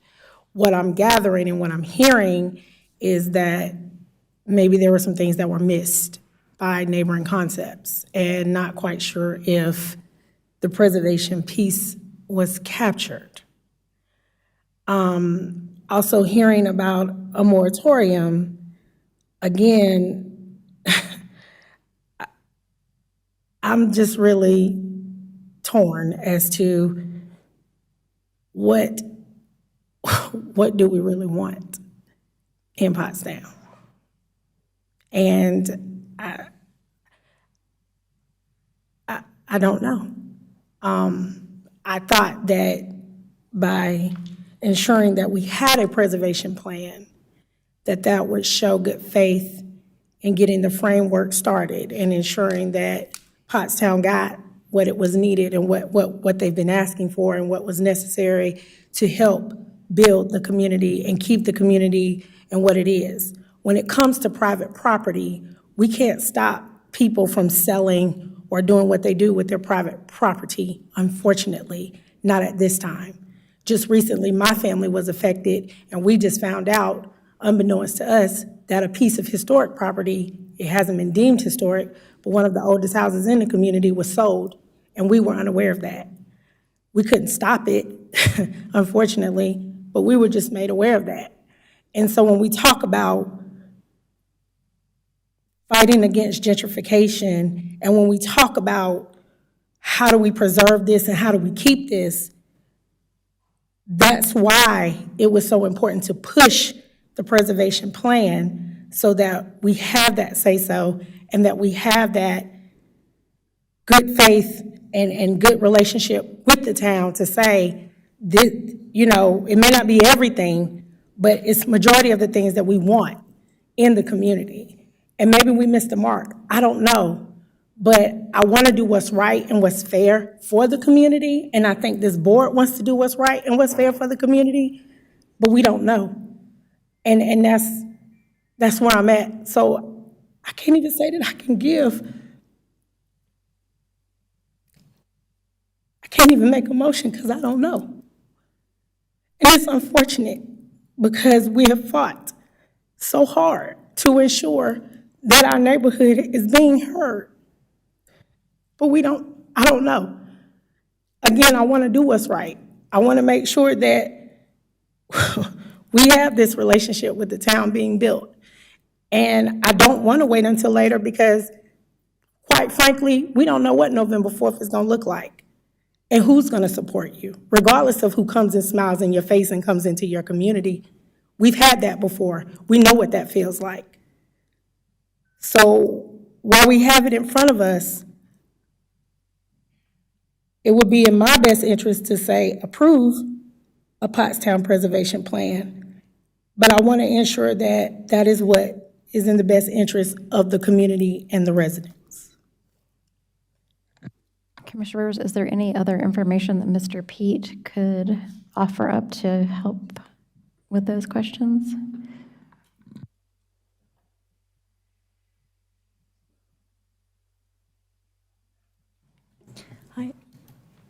Mr. Pete, I'm hoping, or, I'm sorry, I forgot your name, from Neighboring Concepts. Eric, okay, sorry about that. There are parts in the plan, though, that do talk about preservation, right? And how that is a desire for the community. And when people came and spoke last time, they talked about a historical designation. There was definitely interest from the board in helping make that happen. Can you talk about that a little bit? I'm sorry, the last part? Some type of like historical designation, like I think yes. somebody had mentioned maybe like the signs up, or like the, Yes. thank you. Sign toppers, yes. So they are four distinct, it is a framework of four distinct areas of action, and they all require, the Pottstown community member leadership to actually drive them. So we know that you need to explore your overlay or historic district options. And the current, I guess, potential for state preemption in the mix in a lot of instances where municipalities are acting on preservation. But I think overall, the framework is for action, to take action steps, and that's what we delivered. So the board recommendation, the planning board recommendation was to perhaps create an advisory board and an interim solution to really kickstart some of those initiatives right away. So from your adoption of this plan, you can start acting on that tomorrow.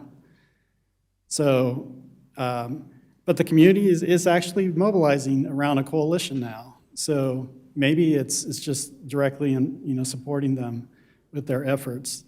And the planning staff are ready to explore those options for what we can do and still protect property rights. So it is a very realistic framework, but it does involve community organization. We heard that there is a house that's on Holbroots that might be demolished soon. So one of the things to explore is actually your demolition controls process. For a historic area like this, what steps can you do from the town perspective to actually act on that? And so maybe it is exploring that a little bit more. With the options before in creating an overlay or a historic district. In the end, you will need to work perhaps on establishing your own historic commission, for the town, and that's something to think about. Davidson has their own commission. That is an option that's worth exploring. We work within the limitations that we're working with for communities everywhere.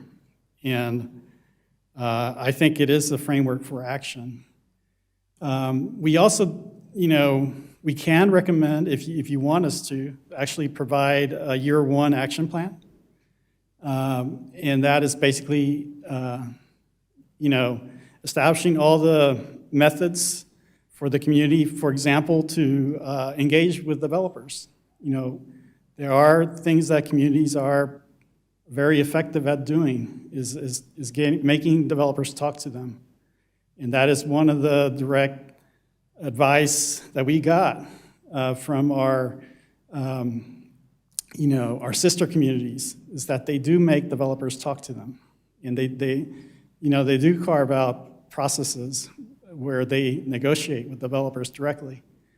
And so negotiating to preserve a historic home, you have that before you now. Well, maybe it's now's the time to actually implement that action step to create a process that is led by the community members, with the town planning staff supporting that with capacity building.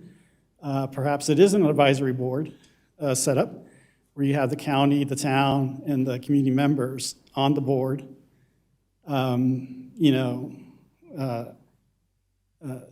Supporting the community to talk to developers, to find options to save homes or maybe move them, those kinds of things. So, but there are, like I said, there's an opportunity to work with nonprofit partners, like the Lake Norman CDC. Maybe there's opportunity to also work on proactive housing solutions, and that. But having the coalition formed, I think, is the primary thing that can help those discussions.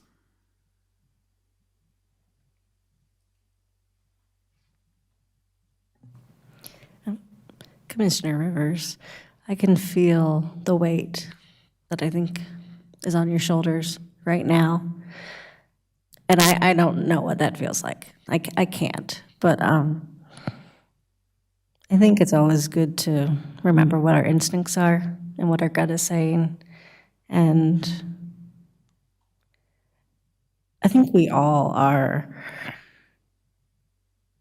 want to do what's right and what's best for Pottstown. And I know I'm not alone in thinking and being incredibly frustrated in how slow bureaucracy moves, wanting to be able to do things faster and easier. And when we can't, what is the best choice? It's difficult. So I don't really have a question.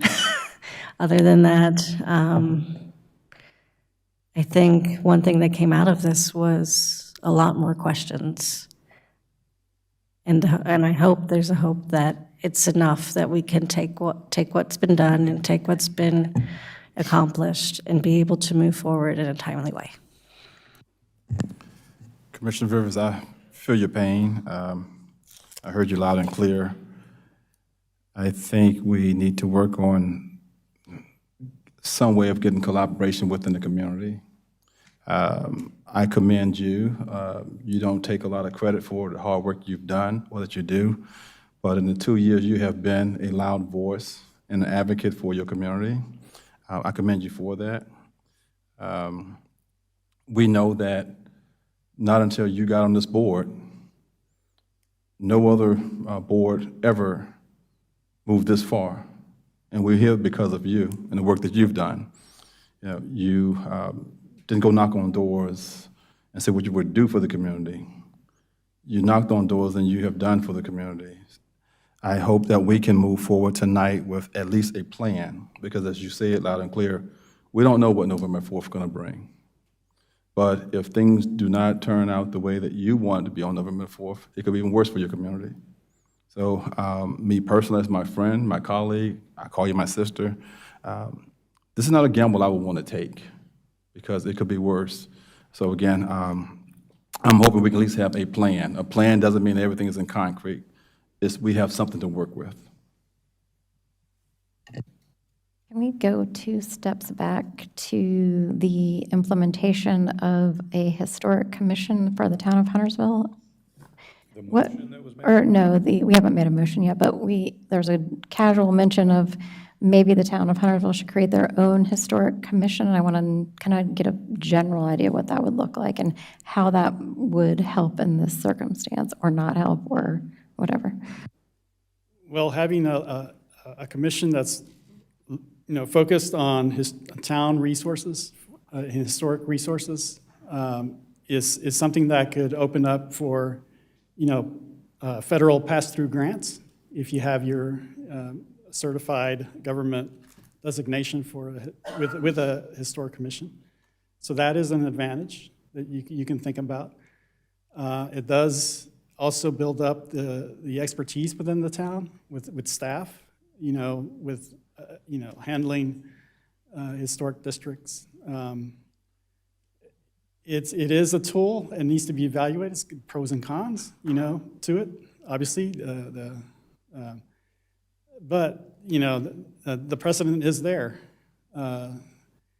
You may decide that's just,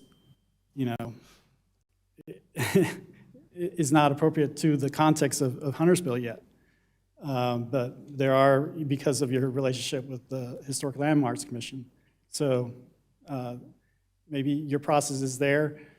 But again, as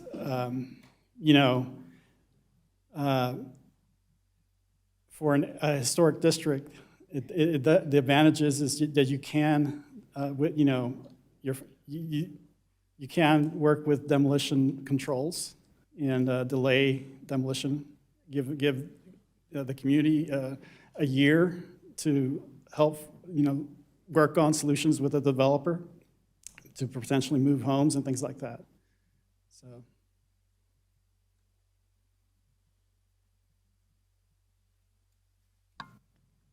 Not sure. Do we want to defer this vote to a further date, or?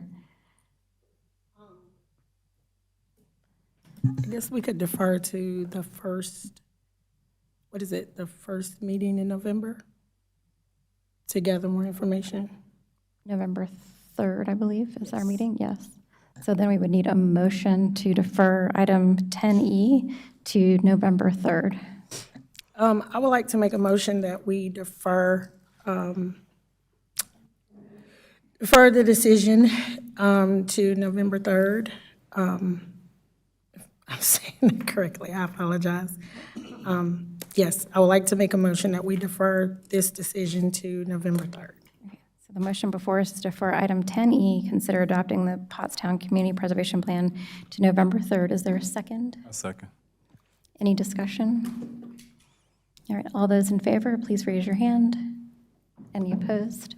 All right, the motion carries unanimously.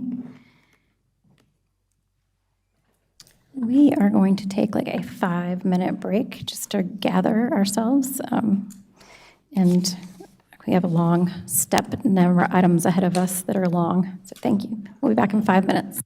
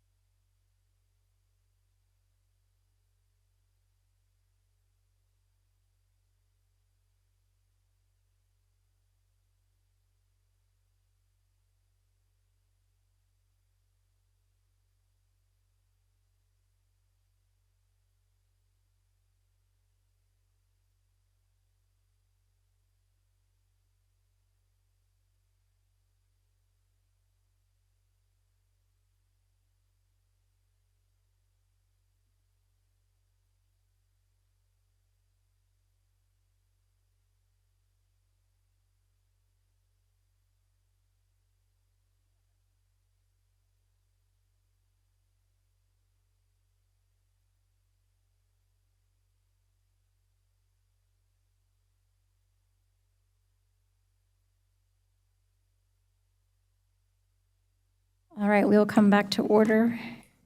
We are on item 10F, consider purchase agreement for the purchase of property located at 200 3rd Street, 202 3rd Street, and 204 3rd Street. Mr. Williams. This is a contract to purchase 3 lots on 3rd Street. A resident reached out and offered these to the town. They're being offered at tax value, which comes to $421,200. You'll see where Walters stops, kind of here in the middle of this block. Thank you, Anthony. And as it continues north, it is planned, it's on our CIP for an extension of Walters Street. We'll basically take out the entire middle parcel of these 3. We envision using one of the other parcels for construction easements and equipment staging. And then we own the lots already across the street on the north side. So just a little bit of room to go, and we will have all of the right-of-way we need for this project. And so that's the item before you tonight. And then the next item is just the budget amendment if you approve this one. Any questions for Mr. Williams? Okay, do we have a motion? I would like to make a motion that we approve the purchase agreement for the purchase of properties located at 200 3rd Street, 202 3rd Street, and 204 3rd Street. Is there a second?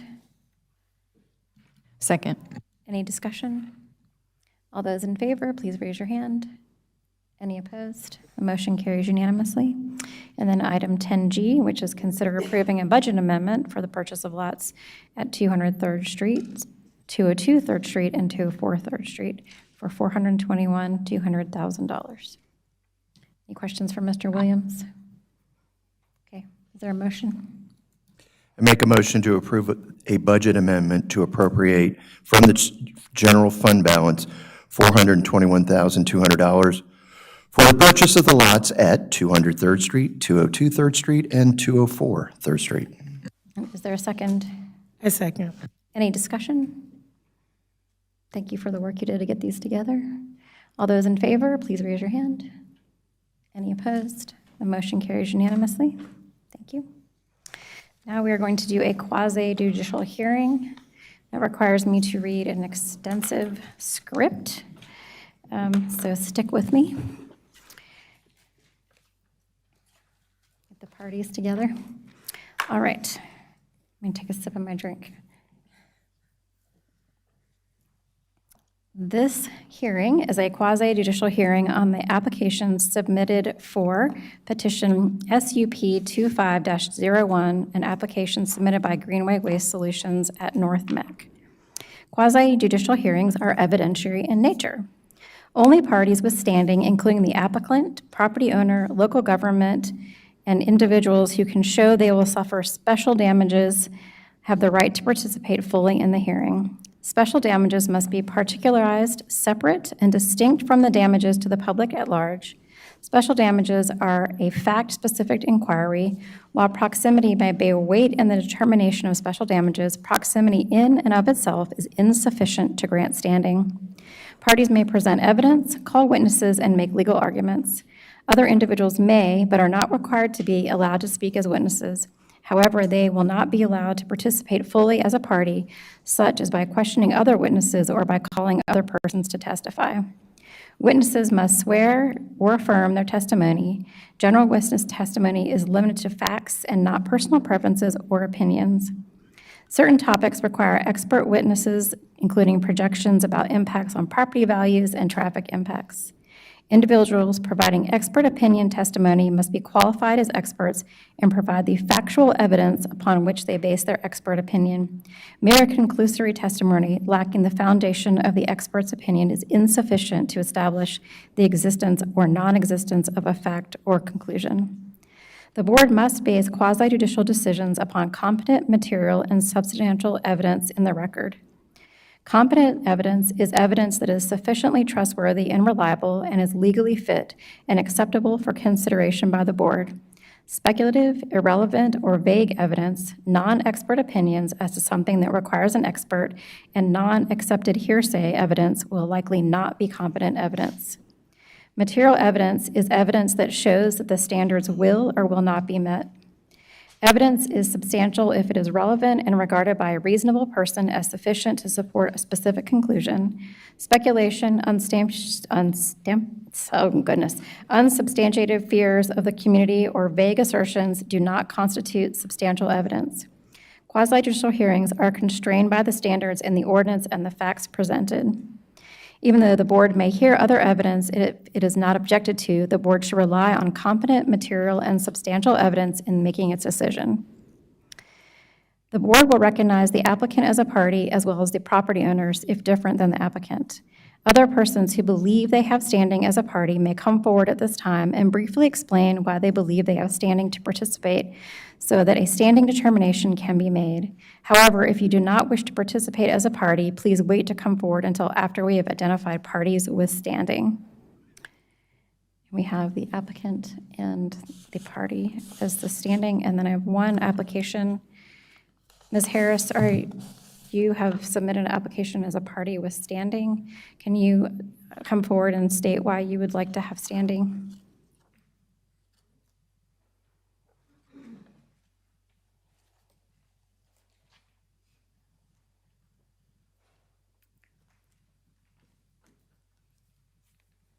My name is Janelle Harris, and I am the property owner at 14125 Holbrooks Road. Members of the Pottstown community and I have been able to have 2 meetings with the Griffin brothers on September. Ms. Harris, you're just going to state why or you think you have standing? Because as it was checked, I have property on Holbrooks Road that is adjacent to the Holbrooks Road application. I am a community member of the Pottstown community, where we are in the talks of making sure we have correct community and community benefit agreements that have been discussed at meetings with the proposed Greenway solutions that we've had. And we just wanted to be able to make sure that things that we have discussed, things that they have been let us be privy to at these meetings, were able to be addressed and recognized by the board. And so hopefully you will understand that as landowners and that people who have come together to make sure we've had meetings are able to have our voices heard. So to start off with, proximity to the project is not a condition for standing? On its own, no. On its own. Just to clarify, Ms. Harris, you don't own any property that is subject to the application, correct? It is on Holbrooks Road. And you don't have any other interests such as an easement or any option to purchase property that is subject to the application? I have during the conversations that we've had about properties that are owned within people that I am in community organizations with, there has been talks about what kind of agreements would be happening in Pottstown regards to developing land that the applicants do own. And so with that being said, we just wanted to make sure that the things that have been discussed in these meetings are put into writing, rather we send it to them, period, or just that we are able to come up here and read what we have put together, what I have put together as a person in the community that's vested in what's going to happen here and that has been in the meetings with these, with the applicants. Unfortunately, there are very specific persons that have standing by statute, and it sounds like, based on what I'm hearing, you don't own any of the properties subject to the application. You don't have a property interest otherwise in property subject to the application. You also have not alleged any special damages, so I will leave it to the mayor, but. At this time, you do not have standing at this point. Okay, well, thank you. We will still submit I'll still submit the letter to the board and make sure that the applicant has a copy of our concerns. Thank you. Okay. Now, will each party withstanding tell me the witnesses they intend to call, if any? Do you have any? So the applicant and staff. Staff, be yeah. The speaking. witnesses? And also any witnesses that they have, because she's going to have to swear everyone in. Yep. So if you have anybody who's going to testify as an expert witness, they would need to be identified and come forward for swearing in. Thank you, Brian. Yes.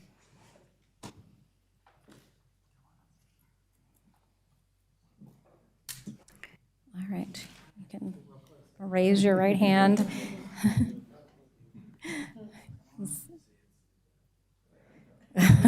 Okay, we might need to get 2 of these things. No, we can do it. You got it? All right. Do you solemnly swear or affirm that the evidence you shall give to the board in this action shall be the truth, the whole truth, and nothing but the truth? All right, thank you. The parties to this case are entitled to an impartial board. A board member may not participate in this hearing if she or he has a fixed opinion about the matter, a financial interest in the outcome of the matter, or a close relationship with an affected person. Does any board member have any conflicts of interest to offer at tonight's meeting? Okay. The parties to this case have rights for any ex parte communication to be disclosed. Ex parte communication is any communication about the case outside of the hearing that may include email communications as well as conversations with parties, staff, or the general public. Does any board member have any ex parte communication to disclose? No? Okay. All right. Let's see. I lost track of where I was. Okay. Do not have any disclosures. Okay. Now I'd like to call on planning staff for the presentation of their staff report. Okay, thank you. Good evening. Please put my staff report into the record officially for the hearing. And as mentioned, this is a special use permit application for Greenway Waste Landfill expansion on Holbrooks Road. Again, this slide was just to talk about what the mayor so nicely brought out. It's a little bit different than the application in regard to a rezoning. There is a rezoning that is proposed that is going concurrently tonight with this application, the special use permit. So they are dependent upon one another. The rezoning needs to be approved for a successful permit as well as the special use permit. Why is the special use permit review required? Well, Article 9.23 of the ordinance specifically talks about construction and demolition landfills are permitted in the SP district subject to a special use permit. So back in 2016, a special use permit for the landfill was approved and significant changes are taking place to that permit. So therefore, an updated special use permit is needed. So all the requirements of Article 9.23 are required to be complied with in order for the board to issue a special use permit. So Article 9.23 is applicable and very important in regard to the issuance of the permit, but also drawing attention to Article 11.4.10. This is a section that talks about general requirements for all special use permits, not just for construction and demolition landfills. So all those sections and requirements, 1 through 5 there, are required as well to be met in order to meet the requirements to approve the special use permit. So what staff did in regard to the application, findings of fact or the evidence to meet the requirements, 9.23, 10.4.10, I should say. All the information submitted from the applicants, the special use permit plan, the letters to staff addressing the ordinance requirements, their burden of proof package, we consolidated that information, reviewed it, and made recommendations in our staff report on whether or not those findings were met. Those are basically example or sample findings of fact for the benefit of the board to be able to use those in making your own findings. It's staff's accumulating of the findings and not necessarily, they don't have to be yours. So just want to make sure and point that out. The site again here is at the end of Holbrooks Road. To the south, the existing landfill, if you look under the hatching, is that dark blue, and the expansion areas are kind of expanding into the residential areas to the perimeter of the purple. Here's the proposed special use permit plan, and is somewhat the main graphic of the application, just for the purposes to help everyone understand in regard to what's going on, because there's a lot going on with it. The application for the special use permit in regard to the expansion is have the current stream that runs through the site here, and there is a piped portion of a stream tributary that comes here. The application is to close those and to realign the stream in this direction, so it meets Cane Creek in a new location here. And so with the old location of the stream abandoned, in the blue line here is where you would get the expansion of the landfill, which would fill in the valley, so to speak, in between the two fill areas. So again, that's what the special use permit is for, to add that fill area. It's not necessarily expansion laterally, but an infill expansion in between the current boundaries of the site. If you could release those pink marks, I'd appreciate it. Thank you. So the staff presentation for the remainder of the presentation is kind of focus on the findings of fact. A lot of the findings of fact are narrative. They're words and sentences and notes on the plan. So staff is going through those requirements in the ordinance, 9.23 and 11.4.10, and just making the recommendation and summarizing the findings that we have in the presentation. So for 9.23, in the staff report, if it meets the finding of fact, staff is not addressing it in the presentation. There are a lot of requirements, so to expedite time, we're just highlighting things that are potentially incomplete and potentially need more information. But for 11.4.10, those 5 items for all special use permits, we'll summarize those.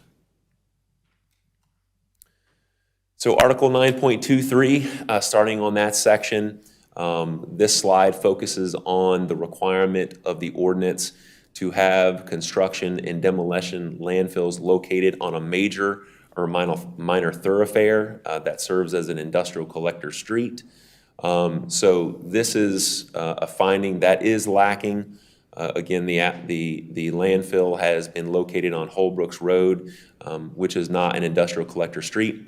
But however, the requirement in the ordinance at the end that's bolded there says, however, such thoroughfare or streets are not reasonably available, the board may nevertheless issue a special use permit upon finding that the use for the permit is granted would not likely cause an injurious effect on the property adjacent to the access.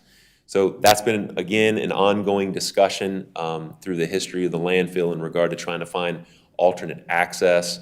Back in 2016, the rezoning and special use permit was approved, with the town board at that time asking NCDOT and staff to continue every few years to review the status of the maintenance of Holbrooks, to understand how it's holding up in regard to the heavy truck traffic being on a road that's not built for industrial trucks. So in your staff report, staff has forwarded communication from NCDOT on a recommendation concerning how to improve the road and help it to stand the test of time in regard to the truck traffic. Also, in regard to this finding, the applicants do carry over the note from the previous special use permit to say that they would find an alternate access no later than 2034. But they also, there was a statement in the old SUP special use permit that said that within a year of a new access becoming available before 2034, they would change the access. That note under the current application has been changed to say within a year of the DEQ expansion permit being issued. So that does change it a little bit, and we've had discussions with the applicant, so they might change that application, but technically, if DEQ did not issue a permit, then technically they would go all the way to 2034, or could, within the capacity of the landfill, without changing their access. So staff we'll talk about the staff recommendation in regard to that, but that's a change from that application.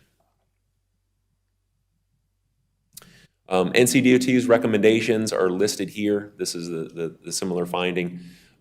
This is not necessarily staff's recommendation in regard to the improvements.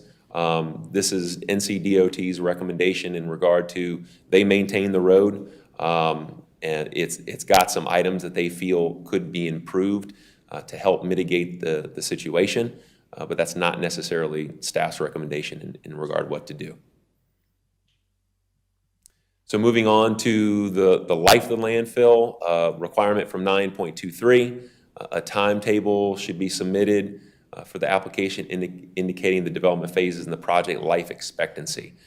Staff is just pointing out an inconsistency here, that the capacity was listed at additional 40 years of use, estimating 2065, but per discussion with the state, this permit would expire in 2053. In June.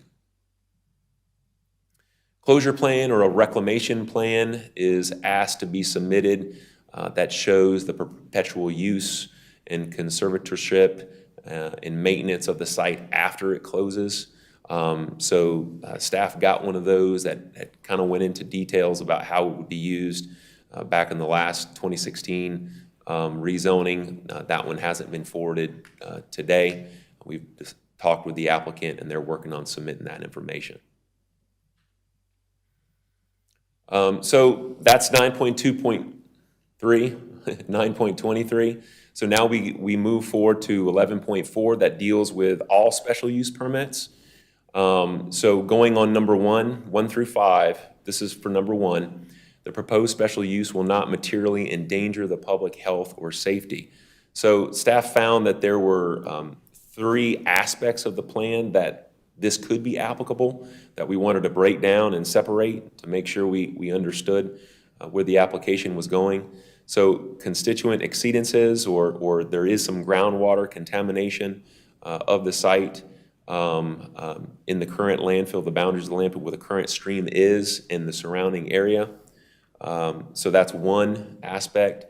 The effects of the actual relocated stream, taking a stream in one area and moving it to the next, could have impacts on adjacent properties in regard to flooding, in regard to things like that in relationship to the exceedances.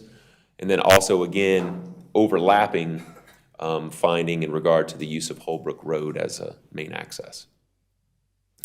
So breaking them down a little bit, the constituent exceedances, staff finds that the requirement is mostly met based on the details of and the principles, I should say, of the application submitted. The applicants have submitted details about a corrective action plan addendum that they are submitting to NCDEQ for review, which would include the installation of what's deemed a permeable reactive barrier, which would include injection of organic compounds into the soil and groundwater to help mitigate the existing contamination on the site. So in principle, that is an active mitigation to clean up that situation there. And then also concerning a potential expansion on top of where that contamination is, the applicant submitted a commitment to, in between the old contamination and the new fill, to add a synthetic base liner on the bottom of the new landfill area that would capture liquids generated through the life of the landfill.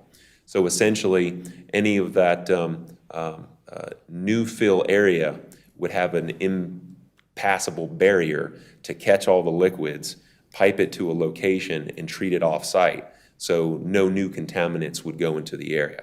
So in principle, that has been submitted and put as a finding. So staff recommends that most of those findings are met in that regard. The one aspect that is not called out that we think is incomplete at this time and is looking for the applicant to address that tonight is the potential impact of the proposed stream location on the existing contamination. For instance, when you change a stream, you change the hydrogeology. You change where the actual groundwater is going to flow. So how does that affect the contamination? Is the existing or the new location of the stream in jeopardy of being recontaminated? We don't know that. That's an unknown. So those are the type of questions that staff is pointing out. Effects of the relocated stream, again, there is some change in the water level from the flood studies that the applicant has shown and submitted to us. The flood study comments from Mecklenburg County per the last time we checked are still outstanding. So the final results of the flood study are still in process. So that's in process, but even now there are some rises in water in and around the site for the stream. However, those impacts do not show any impact to any habitable structures. So in regard to the health and safety of the adjacent property owners, staff finds that those findings are met, including the fact that in the future the applicants still need to obtain that final floodplain development permit from Mecklenburg County, who would further review this health and safety of that change. The access on Holbrook Road, so this essentially overlaps a little bit. NCDOT has given a recommendation in regard to how to make the infrastructure of Holbrooks Road hold up to future use of the truck traffic. However, we would point out that from what it seems and what you can read in the emails that staff received, it didn't seem to layer the recommendation in regard to balancing the applicant's effect on the road versus other developers on the road versus the potential of being off the road in 2 years or a certain amount of years when adjacent development can connect. So those type of conditions didn't seem to be necessarily layered into that recommendation. It was just a blunt recommendation of here's the condition of the road, here's what would need to be done to take care of it, if that makes sense. Number 2, the proposed special use will not substantially injure the value of abutting property or it constitutes a public necessity. So the applicants did submit a property value study that showed no significant impact in property values based on general proximity to the landfill. So that is a finding of fact that is very valuable in regard to understanding the effect of adjacent property values. And then additionally, again, that flood study, even though it does show a rise, it does show an effect on adjacent properties. No buildings are impacted. So that's a finding of fact from staff. Number 3, the proposed special use will be in harmony with the area in which it is located and in general conformity with the comprehensive plan and any applicable small area plan. So staff made some recommendations in the staff report discussing clarifying notes and uses in the different locations of the site to make sure that the uses are compatible with the 2040 plan. So with those additional notes and clarifications on the plan, staff recommends that finding is sufficiently met as well. Number 4, the proposed special use will comply with all the lot size, yard, and other standards with this ordinance applies to all uses permitted in the zoning district in which the property is located. So this is an important one in regard to that would be a true statement if the conditional rezoning plan, where there are several modifications to the ordinance, are requested. If that's approved, then yes, this finding of fact would be met.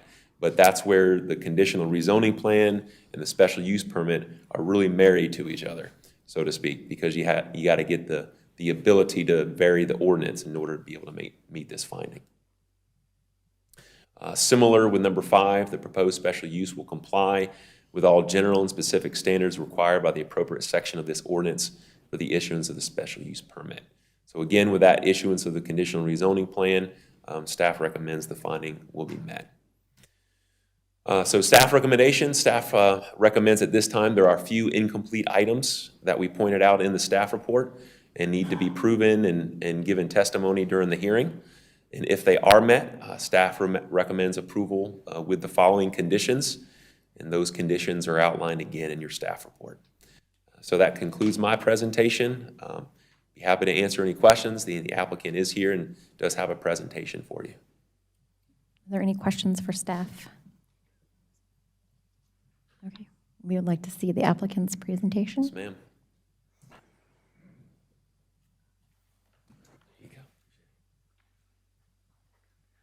I'll try to be succinct. I know it's late. My name's Mike Griffin. Represent my family who owns Greenway Waste Solutions. I also need to tell my pop to wake up. It's time to wake up. Can you also state your address for the record? Our address is 18212 Peninsula Club Drive in Cornelius, North Carolina. And the address of this facility is 15300 Holbrooks Road in Huntersville.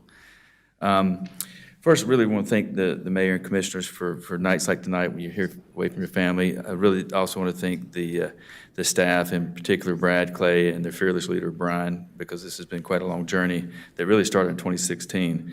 I'll let Jason Barron, my attorney, recognize our expert witnesses. I did want one point of clarity, perhaps, with Brad and staff. The DOT recommendations, I was anticipating discussing that during the rezoning. Is it more appropriate to discuss that? Which, I'm sorry? The DOT recommendations for us to pave the entire road? They're in both. I would recommend doing it here. Doing it here, okay. Okay, there's a slide in that presentation that can maybe switch to. But I'll do that. But outside of that, I had 3 slides plus that slide, and then I don't know that I'll say anything during the rezoning. But I've said this before, we feel privileged to be a part of the entrustment of management, construction, demolition, waste in North Mac for almost 4 decades now. It's bittersweet my dad's not here. This will be the first meeting he's been unable to attend, but I'm privileged to be here on our family's behalf. We're delighted to announce the opportunity to continue that responsibility for another 3 decades or so with this planned infill. And it's a very unique opportunity. And I do want to recognize Ms. Harris. I know Rachel, a part of the Pottstown Heritage Group, and Ms. Wynn, who was here.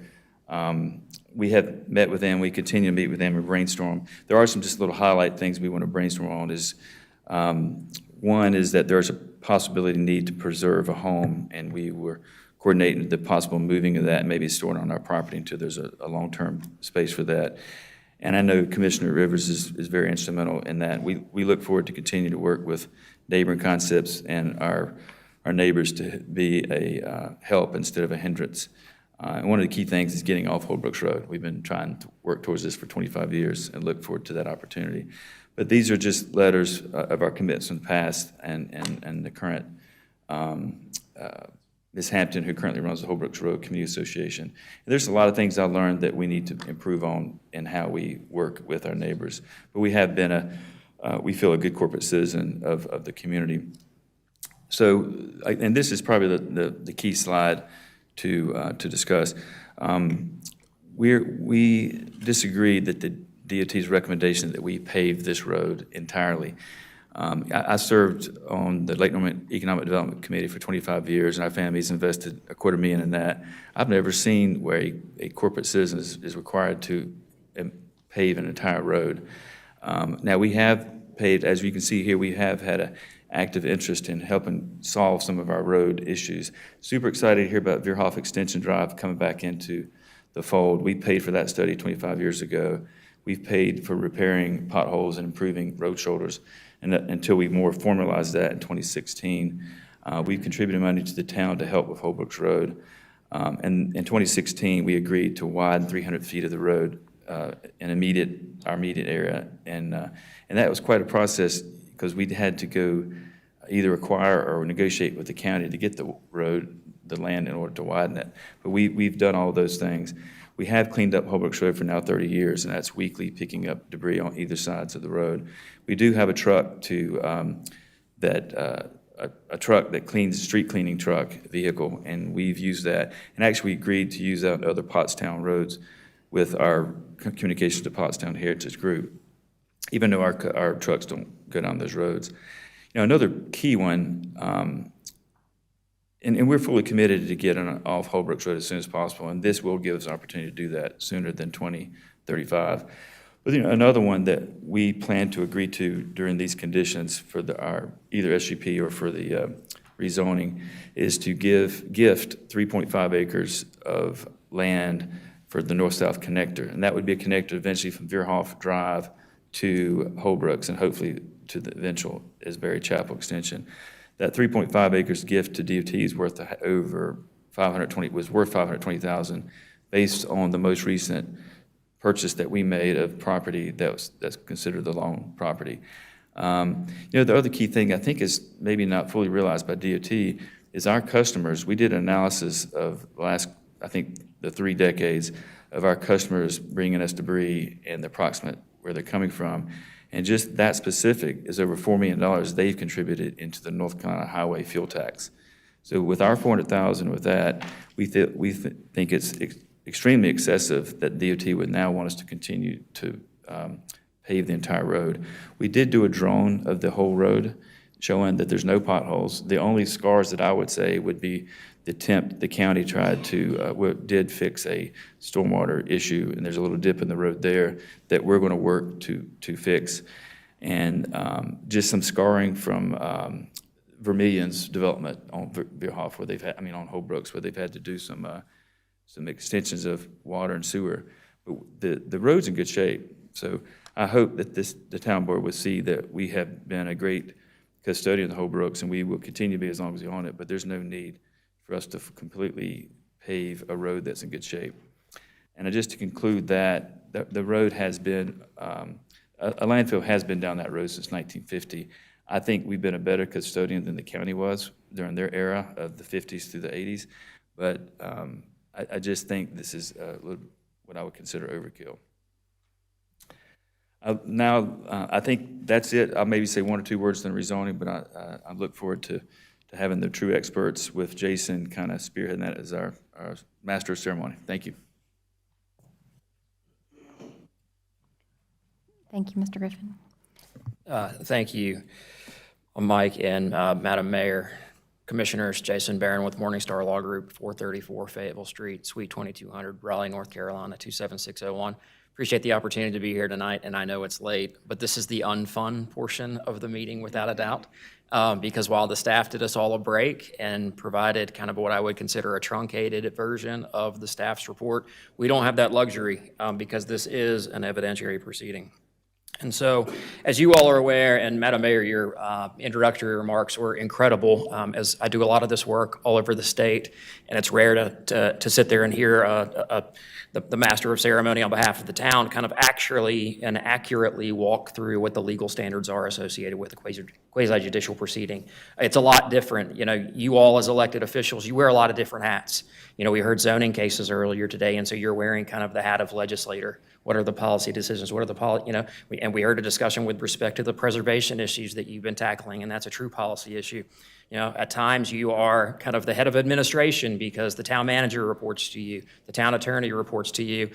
This is probably like I said, the least fun portion of your job, and that is you get to sit in the capacity of essentially a judge, and that's weighing the evidence against the evidentiary standards. And my role on behalf of my clients in these cases is to ensure that we put on evidence, because we bear the burden as the applicants in a quasi-judicial proceeding. And we've got a slide up here which identifies kind of the 5 standards of the ordinance in addition to the ordinance-specific standards which are outlined in the staff report. I won't read all of those for you in an effort to be brief, but I will note that it is the applicant's burden. We do bear the burden of putting on evidence to show that we satisfy the evidentiary standards. Just a little bit of background. The quasi-judicial process in general is rooted in the constitutionally protected right to use your land. North Carolina, and that's a federally protected right, but in North Carolina specifically, we have a specific constitutional amendment called the Law of the Land, which guarantees residents of North Carolina the right to use their land. The quasi-judicial process is really rooted in that, and that is The moment a use is permitted, in this instance it is, it's just permitted as a special use, you have the right to put on evidence showing that you satisfied the requirements for approval. Those things cannot be denied on a whim. You know, rezonings can be. Rezonings can be denied for any reason or no reason at all, generally speaking. That's not true for quasi-judicial proceedings. For quasi-judicial proceedings like special use permits, the moment an applicant puts on competent material and substantial evidence and shows that they satisfy all the findings, they are in fact entitled to their permit as a matter of law, unless there is competing competent, substantial, and material evidence in the record that's presented. And I would note, and because I saw some things in the staff report and I heard some things in the presentation, questions about whether things remain unsatisfied, questions associated with DEQ permits, and I want to address that specifically. Those aren't what I would consider competent material and substantial evidence for purposes of making a determination in this case. And you'll hear from our experts, and you'll hear why we believe we satisfy the requirements of the ordinance. And we are here to talk about those DEQ issues. But I would tell you that questions associated with, well, the stream is going to be relocated, there's going to be a rise in the water, we're not sure what that ultimate outcome is going to be. There's going to be a permitting process for that down the road, right? And that we're going to have to go, as was noted, through Mecklenburg County, and those are going to have to be issued. And so there's a different permitting authority that gets to review all of those things. And so there's always going to be questions about these things, right? Once DEQ issues the permits for this particular site and authorizes a landfill at the state level, they will become the regulator from a DEQ standpoint. So all of those things that are listed in your staff report, and again, we're happy to talk about them, but those are all things that are permitted by the state. They're regulated by the state, and ultimately they're enforced by the state. So to the extent that you have any questions associated with those, again, we're happy to answer them. Those are really issues that are pertinent to the state and the state's regulation of this. Just like the state wouldn't regulate the height of the buildings that are put on this site, that's entirely you all's purview as the town of Huntersville. I don't believe it's germane to the consideration of this particular special use permit that the town would certainly make its determination on these DEQ issues, because again, there is a body that enforces all of those things. As was noted, an applicant can't be denied a special use permit unless there's competing material and substantial evidence, and generally speaking, it's only experts that can put on evidence into the record for matters that require expertise. I'm going to turn the presentation over now to our 5 experts that have been sworn in. There was a whole slew of people here earlier getting sworn in. Todd Gingrich, Donald Cobb, Maureen Dooley, Brandon Jones, and Jarvis Martin. As you will hear from each of them, you'll hear their qualifications, and I will be offering each of them as an expert in their individual fields of practice. And so with that, I'm going to turn it over to kind of the real meat of the presentation, and then I'll provide a brief closing afterward. Thank you.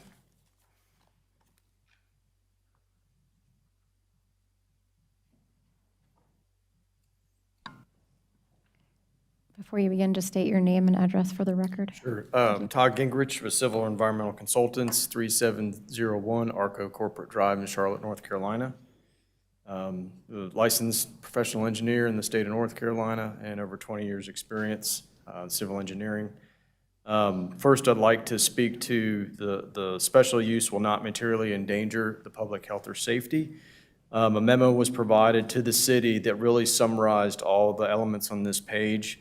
Donald Cobb and myself put this together, but the memo summarized basically the corrective action plan for the site, the support we have from Mecklenburg County Water Quality on the stream location and the Catawba River Keeper, results of a flood study, stream location design, including the Army Corps of Engineers and DEQ approval of the stream relocation, and also the landfill construction techniques, including a liner, under drain and cap with the geosynthetic portion in that cap.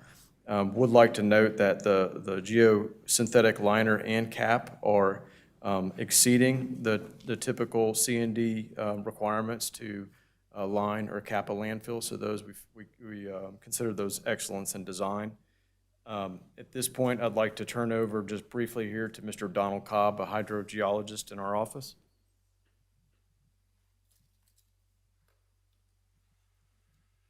My name's Donald Cobb with Civil and Environmental Consultants, 3701 Arco Corporate Drive, Suite 400, Charlotte, North Carolina. I'm a licensed professional geologist in the state of North Carolina with 20 years of experience. Bring my notes here in a moment. As Todd mentioned, we did submit a corrective action plan addendum to North Carolina DEQ. Really, it's targeting two constituents, 1,4-dioxane, which was added to the required list of constituents to monitor in 2018, as well as PFAS compounds, they have not been added to the 2L list. North Carolina DEQ sent out a requirement in 2024 asking all landfills in the state to conduct 2 rounds of monitoring for those compounds at the sites. Greenway conducted those 2 rounds. They've also conducted 2 additional rounds just to continue collecting data for PFAS. My phone turned off, I apologize. So the corrective action plan is meant to address those. It will also address to the staff's comments about monitorability of the stream relocation project, specifically in the southernmost reaches of the landfill where the new stream will be routed. We will be installing, as part of this corrective action plan addendum, additional monitoring wells to increase the monitorability. I believe we provided some historic hydrogeologic studies which discuss the permeability of basically how fast the water moves through the site. Essentially, water moves very slowly across this site. So with these wells in place, if we detect constituents there at a future time, we will have ample opportunity to address those exceedances before they reach the property boundary. And that's really kind of the crux of the plan is we have primary activities of the permeably reactive barrier that was mentioned. We're also doing a treatment of injecting a bioremediation product to address 1,4-dioxane. We anticipate that stuff will work fairly quickly. And I'm also happy to announce to the board tonight, we did speak with Jason Watkins, the section chief for solid waste at DEQ, and he has told us to expect an approval letter for our corrective action plan addendum by the end of the week. Now I'm going to turn it over to Maureen with Genesis. Good evening, everyone. My name's Maureen Dooley. I'm 2972 Southeast Fairway West, Stuart, Florida, 34997. So I'm here today representing Regenesis. I have over 30 years' experience in remediation, the remediation field, bachelor's, master's in biology. I represent Regenesis. We're a company that specializes in groundwater remediation and a wide range of contaminants. As mentioned, some of the newer contaminants here, 1,4-dioxane and PFAS. We have experience that go back to 2016 and over 70 applications, look for sites focused on the remediation of PFAS.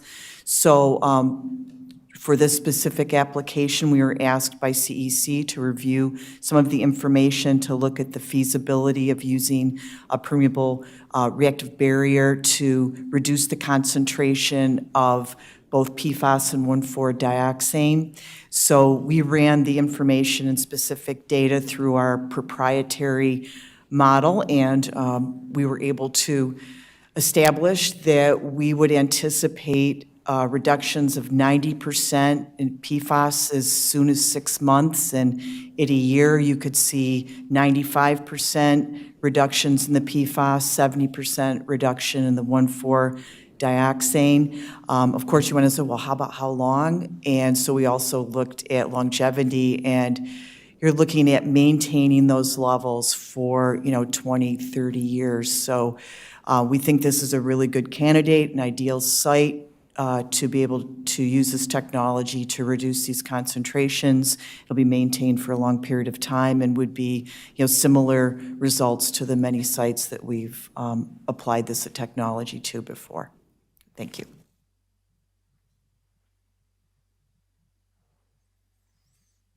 I'm going to speak real quickly to a couple items here.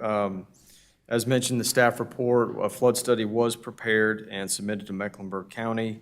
The flood study, just to dig in a little bit on those results, we're showing basically a 2-inch rise in the 100-year storm at Mr. Tinsley's house, which is currently 28 feet above the 100-year flood elevation, about an 8-inch rise at Mr. Hamill's house, which is downstream of the new stream connection point.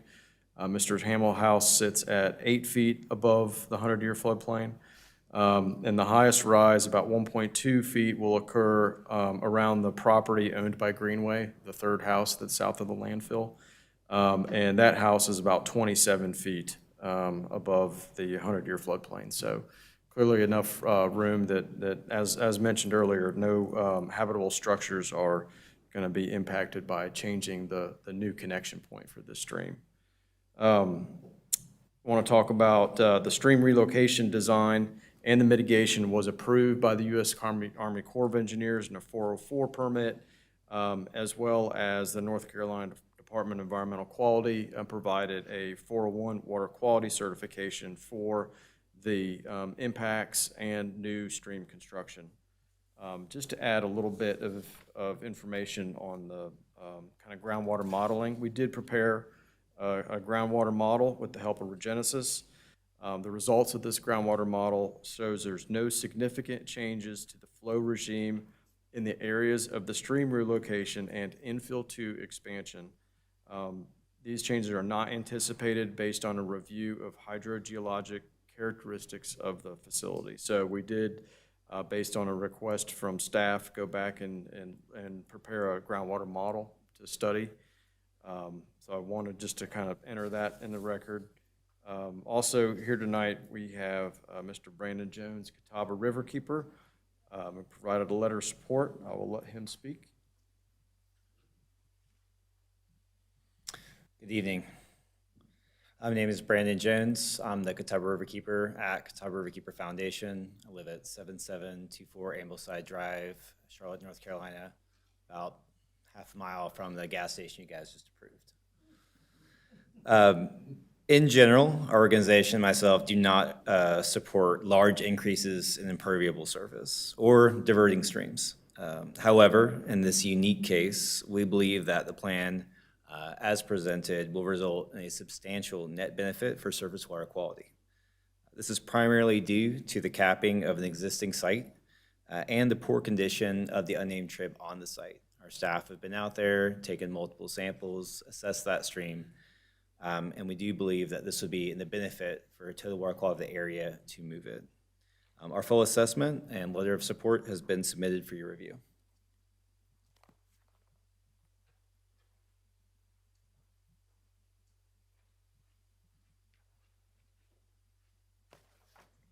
Good evening.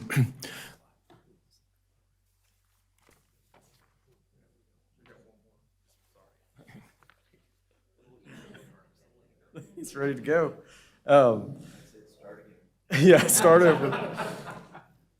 We did receive a letter of support from Mecklenburg County Stormwater, and this is concerning the cross-section planting plan and preliminary design for the new stream channel. The Mecklenburg County is asked to review, mitigation for any swim buffer impacts, and part of it was Mecklenburg County wanted to make sure this new stream we were, designing and constructing was going to provide habitat. So we do have confirmation of that email. Next.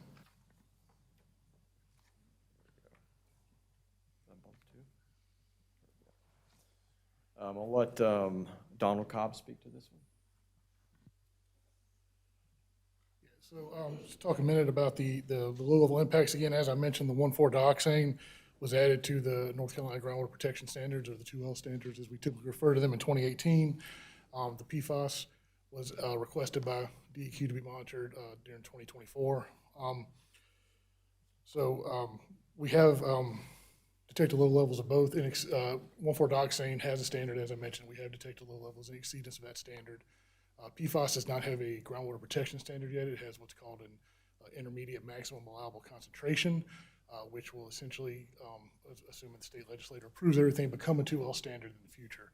And we do have some small exceedances of that number as well for PFAS. I think am I on the next one, Don? No. You're up? Yeah. Okay. Kind of going back and forth. It's late, folks. I apologize. The existing stream, I think as Brandon mentioned, between the landfills, very low quality. Redirecting the stream will enhance the water quality and stewardship.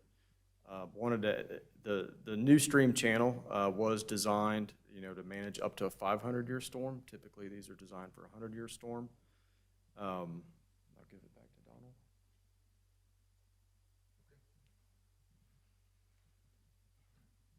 So again, to address whether the proposed infill expansion would have a negative impact on the remediation, we don't anticipate that. We plan to begin the process of installing the permeable reactive barrier around April 2026. Regenesis has told us they expect that to take about 40 days. Following that, we'll do source air treatment for 1,4-dioxane. That's estimated to take about 30 days. So based on that schedule, we should be done with the two primary remedial activities by summer 2026. That's going to be a full 18 to 24 months prior to the earliest we would expect to see any sort of movement on a permit submitted to DEQ. So the remediation in the infill area will be largely completed before we can even think about starting to plan any construction for the infill expansion. And then as far as whether the Regenesis permeable reactive barrier, it will ensure compliance. Again, it's expected to have a 30-year life. You heard the numbers, but just to reiterate, expect 90% within 6 months, up to 95% reduction in PFAS constituents within 12 months, and then 70% reduction in the 1,4-dioxane concentrations within the same time frame. Again, this is going to get us back below the 2L standards for 1,4-dioxane. It will also bring us below the IMAX, and probably by that point, the 2L standards for PFAS. So we'll be back in compliance with 2L standards again, 18 to 24 months. Well, actually, I guess at that point it would be like 12 to 18 months prior to any anticipated permit activity from DEQ. Just to touch on, as we discussed before, there's the proposed baseliner for the infill area. Will eliminate vertical migration contaminants to the groundwater, and the geomembrane cap will prevent future rainwater infiltration, which helps eliminate leachate generation.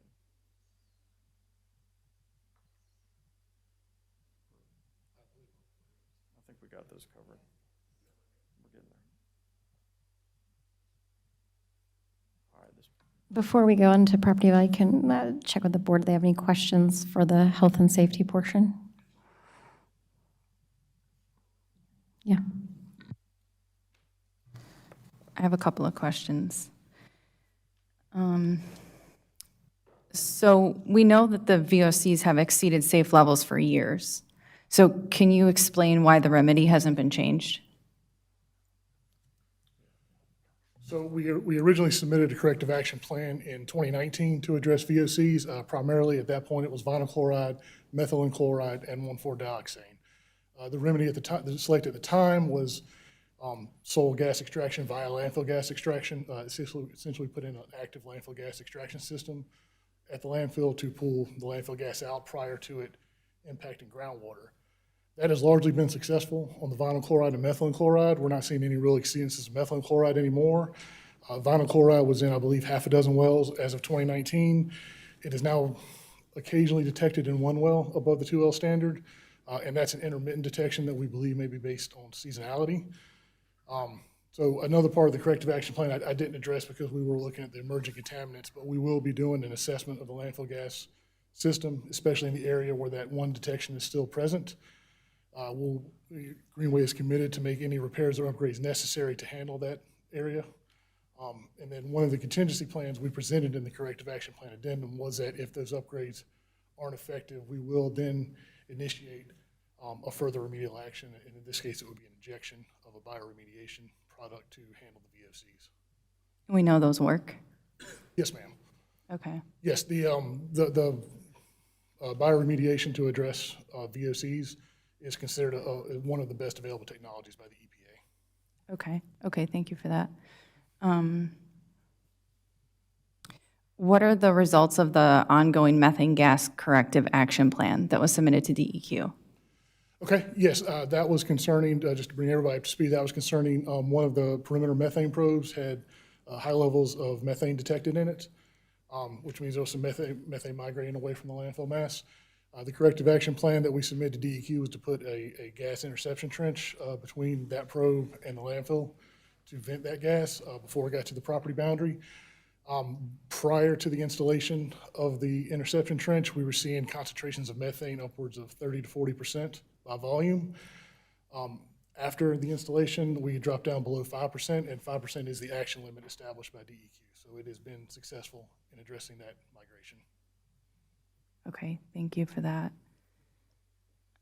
Has DEQ issued any compliance violations?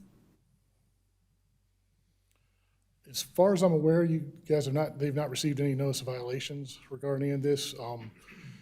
Generally, in my experience, DEQ tries to have a cooperative relationship with landfills, so they will let you know that things are wrong, say, hey, you need to do something to fix this. The example being the methane gas migration issue.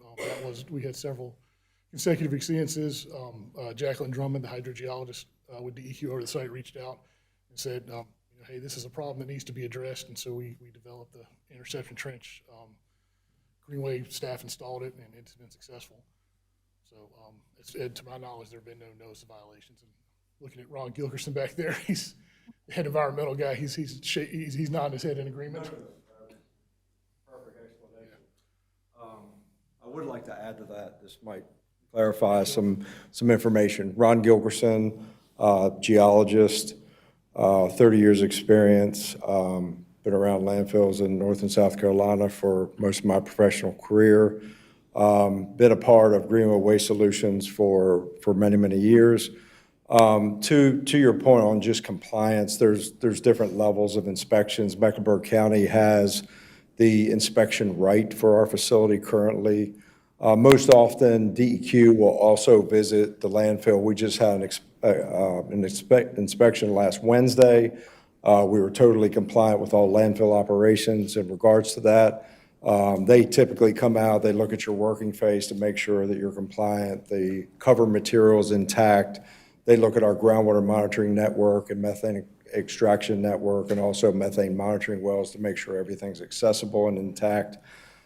So we have been compliant with no notices of violation for general operations ever since I've been with Greenway. Okay, thank you.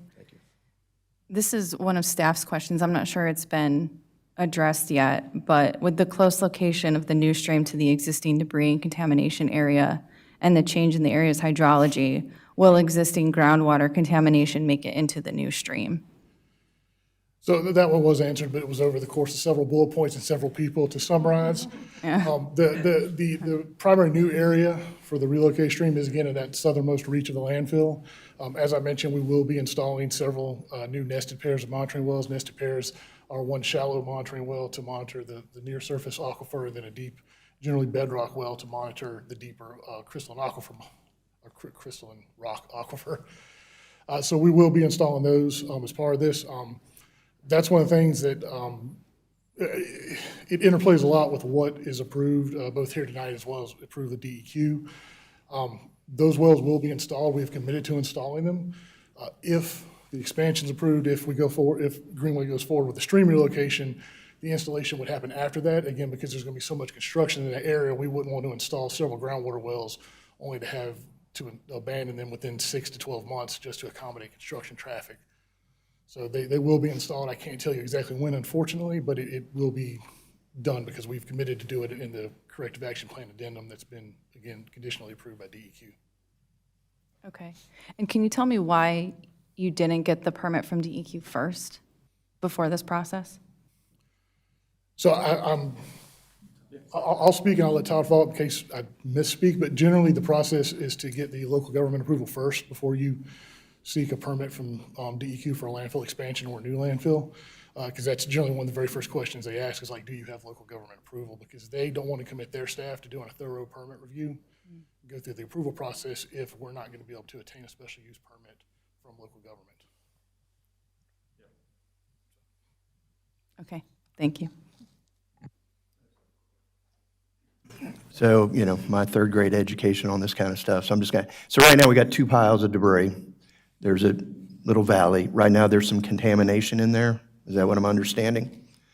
Yes, sir. Yes, sir. So, and then you're going to eventually put some kind of impermeable barrier there. Who decides, and I think you said 18 months or whatever number, to remediate the current contamination? You're going to move some streams and stuff like that. So who eventually says, yep, you're good enough to put down that barrier? Is that the county, DEQ? That's going to be DEQ. Okay.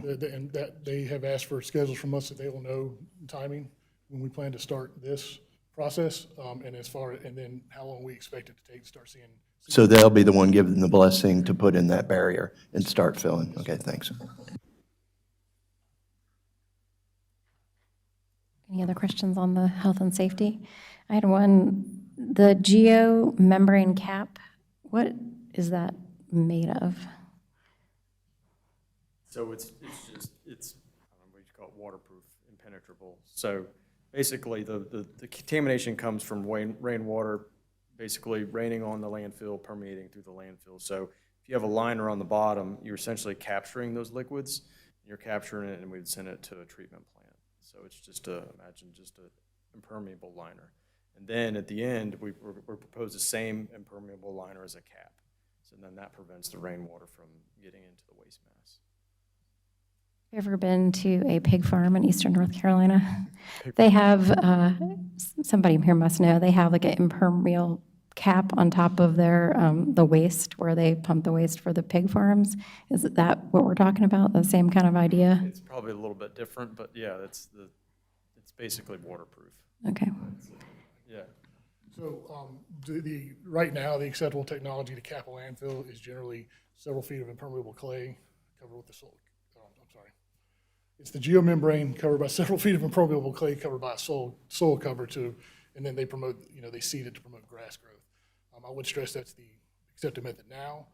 We're talking about closure in 2053, so there may be a new technology. Whatever the best technology is at the time is what will be used to close the landfill, just simply because that's how DEQ works. They want the best, available technology to close landfills. Okay, thank you. Commissioner Hunt? Okay, we're talking about the PRB, right? Or we were? Okay. So according to the staff report, it says there's no evidence submitted to show the effectiveness of these techniques. Government or scientific studies show past success rate of contaminant cleanup would be beneficial. So can you talk about that? Do you want to speak to that? It says that there is no evidence submitted to show the effectiveness of these techniques, according to the staff report for the PRB. No, I would, of PRBs are used quite extensively for groundwater remediation for a wide range of contaminants, chlorinated solvents, petroleum hydrocarbons, and now PFAS. Now, I would say because PFAS is a newer contaminant, you don't have 20, 30 years of data, but we've used these successfully at Alameda Naval Base and a number of different projects, a number of different sites where we've applied this, but it may be just that there's less information available because it's a newer technology and just a newer contaminant. But the technology's been used extensively for, I'd say, the last, 20 years.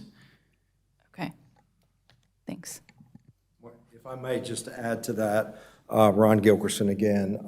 In the groundwater model that we presented, it's in the staff report, that speaks to the treatability through this PRB and the effectiveness of the PRP for the treatability of PFAS.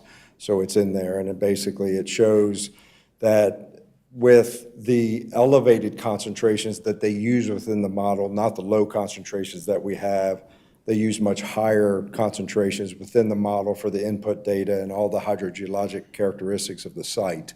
And it showed complete treatability of PFAS at the compliance boundary. And that's in your packet. Thank you.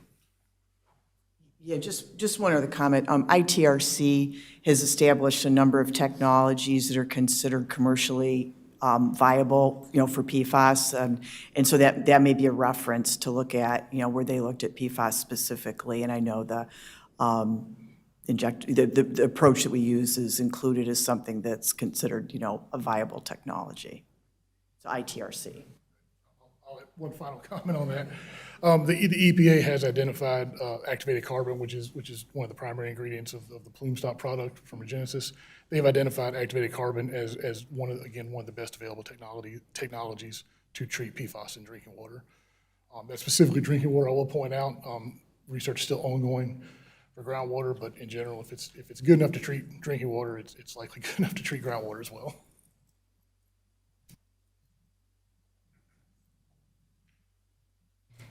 How quickly is the technology changing and improving? So like one of the questions I have with this is like, if this is what's considered, the gold standard or above and beyond right now, like, but how quickly are we, finding new things, especially involving like PFAS? So yeah, PFAS is an emerging contaminant. It's been in the news a lot lately if you pay attention to environmental news. There are a number of companies trying different technologies. I will say a lot of those technologies are focused on small-scale closed systems, discharge from wastewater treatment plants, for example, which it may not seem small scale to you, but if you compare it to all the groundwater passing underneath the landfill, that is small scale. A lot of those technologies simply would not be applicable to a unconfined aquifer groundwater system, which is what we're dealing with here, because there's just the area is too large. The amount of water to treat is too large. So the activated carbon has, again, like it's been identified by EPA as one of the best technologies. Regenesis on their website has, I think I found maybe half a dozen or more case studies, again, showing, the results that Marina and I spoke about. I would expect, especially with the way the EPA and also the state of North Carolina is pushing to incorporate at least some PFAS compounds into groundwater protection standards, activated carbon is going to be the primary method to treat it in groundwater for the foreseeable future. I certainly don't want to promise that nothing better will come along because science is always advancing. Somebody will figure out a better mousetrap eventually. And if, we're committed to treating this at the landfill. That was part of the corrective action plan addendum. If our primary plan doesn't work, we have contingency plans.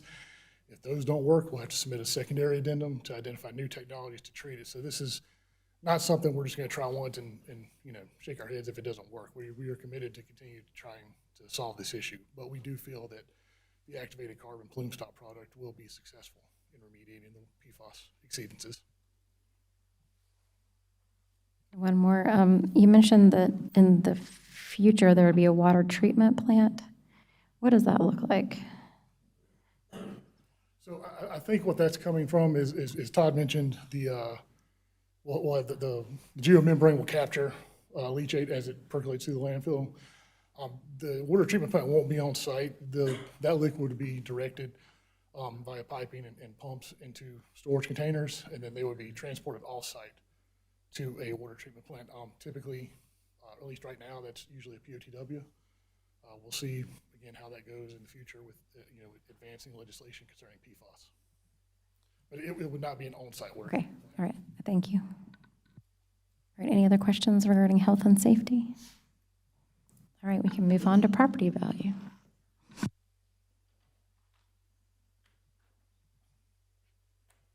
Your name and address in relation to the case for the record. Thank you. Good evening. I'm Jarvis Martin, principal with the firm of Stewart, Martin, and McCoy. Our address is 3406 Shannon Road, Durham, North Carolina. I'm a state-certified general appraiser. I've been in this profession for over 40 years, evaluating property around North Carolina. At the request of the client, I visited the site in question, the landfill, as well as the surrounding area. We looked at the development that has taken place in this vicinity of the landfill over the past several years, with the developers knowing that the landfill was there in existence, as well as the buyers of the property in the Vermilion community. We compared sales in that community for a 3-year period, looking at price per square foot, list sales ratio, and days on market. And we compared that data to a comparable neighborhood, Stony Brook, which is not impacted or near the landfill. And the data did not show any significant impact for the homes in Vermilion versus the homes in Stony Brook in terms of those categories.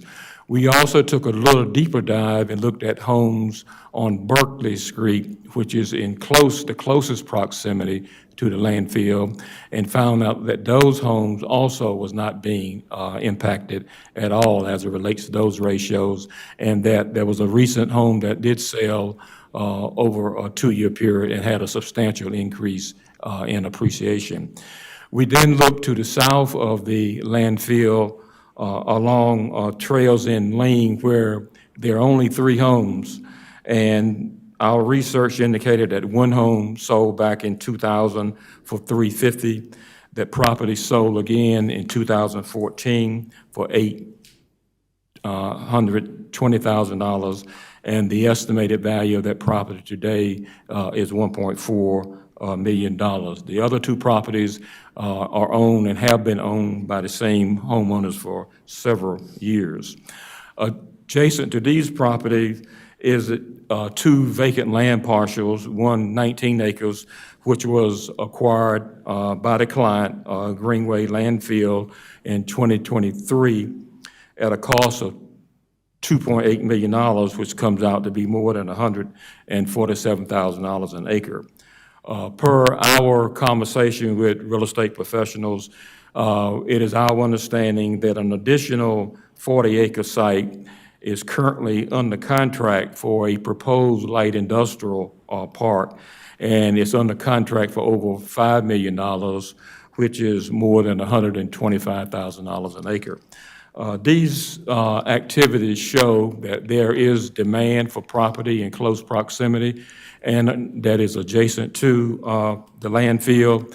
The landfill is currently situated where there's additional commercial property abutting it to the south, and to the east you have a lot of vacant land, a closed landfill that is owned by the county of Mecklenburg, as well as additional land owned by the county of Mecklenburg. To further try to support our findings, we went and looked at activity around the Charlotte Motor Speedway landfill. We found a site there at 300 Pitts Road, a 77-acre site, which was purchased by the county for over $2 million back in the late 1990s. They subsequently, in 2001, built the J.M. Roberts High School, which is over 260,000 square feet, and it currently has a tax value of $43 million. We have a picture showing the high school and its athletic field with the landfill. You can see from the athletic field directly in the background.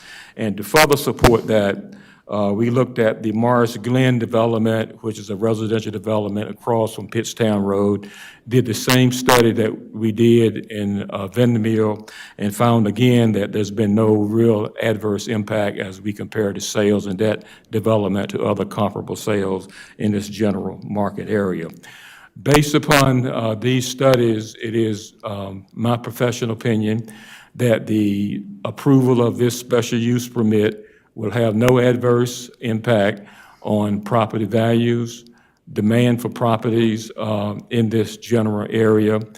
The current landfill has been in operation for over 30 years, which is a prime example that it is in harmony with the neighborhood based upon the surrounding area, as well as looking at the projected growth of Mecklenburg County, which, based upon information I've read, that you all are having a net 143 people per day moving into these communities, which is projected to continue into the next decade.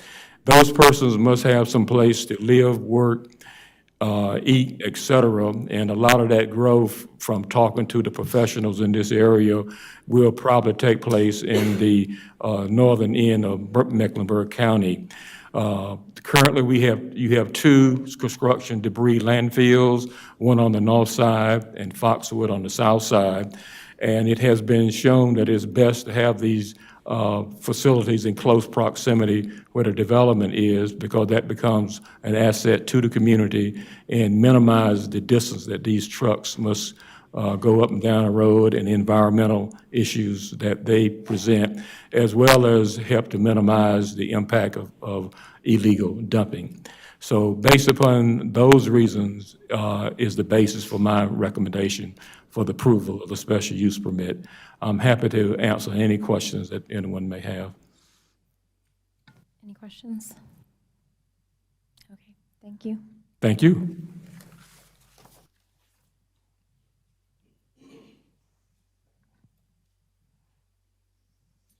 Want to speak to number 3, plan conformity, that the proposed special use will be in harmony with the area which is located in general conformity with the comprehensive plan and any applicable small area plans. So the submitted set depicts residential development along Holbrooks Road in harmony with the 2017 ULI plan and East Huntersville Small Area Plan.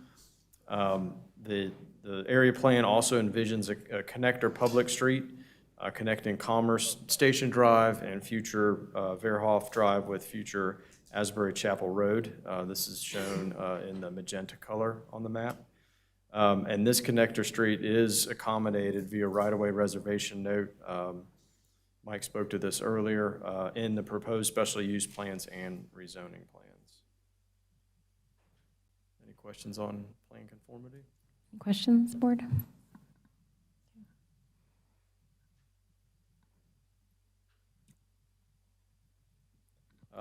Zoning compliance. So the proposed special use will comply with all of the lot size, yard, and other standard which this ordinance applies to all uses permitted in the zoning district in which this property is located. The ordinance modifications are discussed on the next slide. And there are minor modifications to the ordinance as requested in the plans. These 5 modifications include the swim buffer disturbance. This is needed to impact the existing stream and relocation of the existing stream, and also to tie the new stream into the existing stream on the south side of the property. Landfill constructed in the swim buffer. Of course, this is where the existing stream is. The landfill will be expanded in that stream valley, and the stream will be relocated to accommodate that. There's some breaks in the 80-foot vegetative buffer and 100-foot undisturbed buffer. These are for a number of reasons, including existing utility lines, existing gas line, new access to the landfill site. A number of them, which really cannot be planted, are ones that are for either monitoring wells or for the future treatment of the landfill constituents. There's also stormwater. There's a stormwater pond in one of these areas. So in most of the areas, we are proposing plantings to accommodate for that. It could be evergreen trees and could be full plantings, as in the stream cut area. Some of the areas we're not able to accommodate plantings. In those areas, we're showing tree save next to them. So there's tree save on some of these areas that cannot be vegetated. Fencing modification. The ordinance calls for full fencing of the entire parcel. A lot of the parcel access is limited via wooded areas or existing streams or the new stream. We are proposing new fencing along the stockpile area adjacent to close to the new housing developments on that side. So it won't be a complete circle around the landfill with fencing, but it really will be in those places where we would suspect someone would be able to access with a vehicle of some sort. Also wanted to note that, having parcel not completely fenced does allow for wildlife to transverse the site, go back and forth across it. There's quite a bit of wildlife that actually uses this to pass through the area. So that's another reason for not necessarily fencing the entirety of the parcel. Are there questions on the modifications? Any questions, board? No?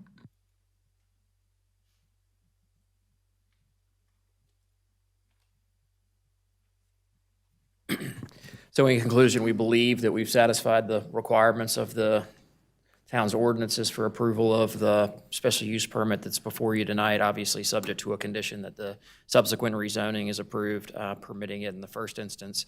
I would ask at this point that the commissioners take judicial notice of the contents of the comprehensive plan, as well as the town's other adopted plans.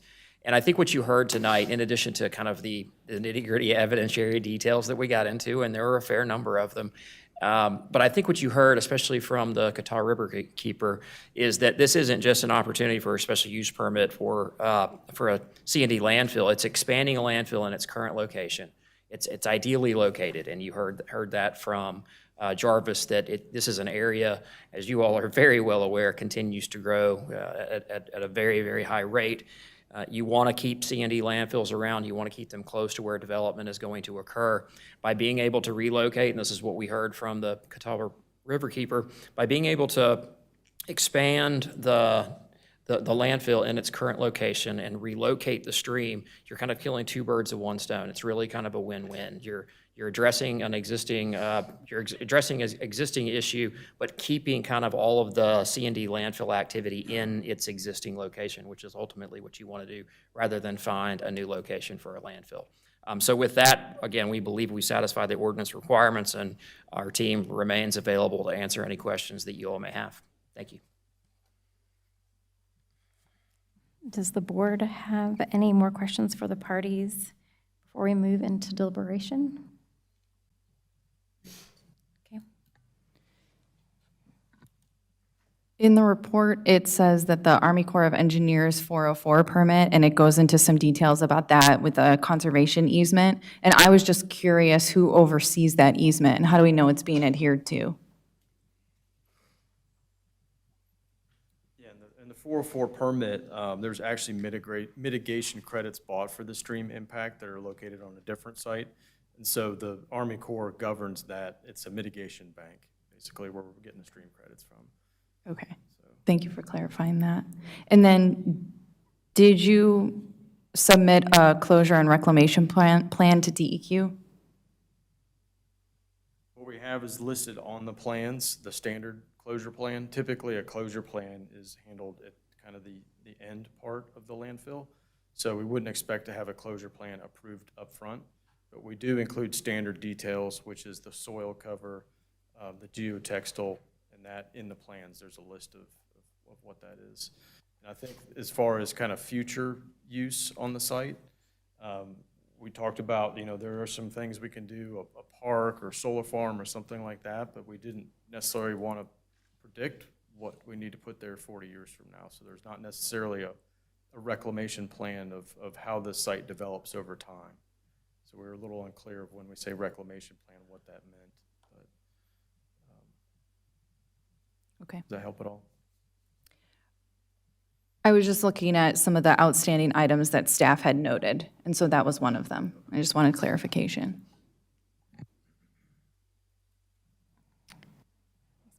All right, the board will now begin deliberation.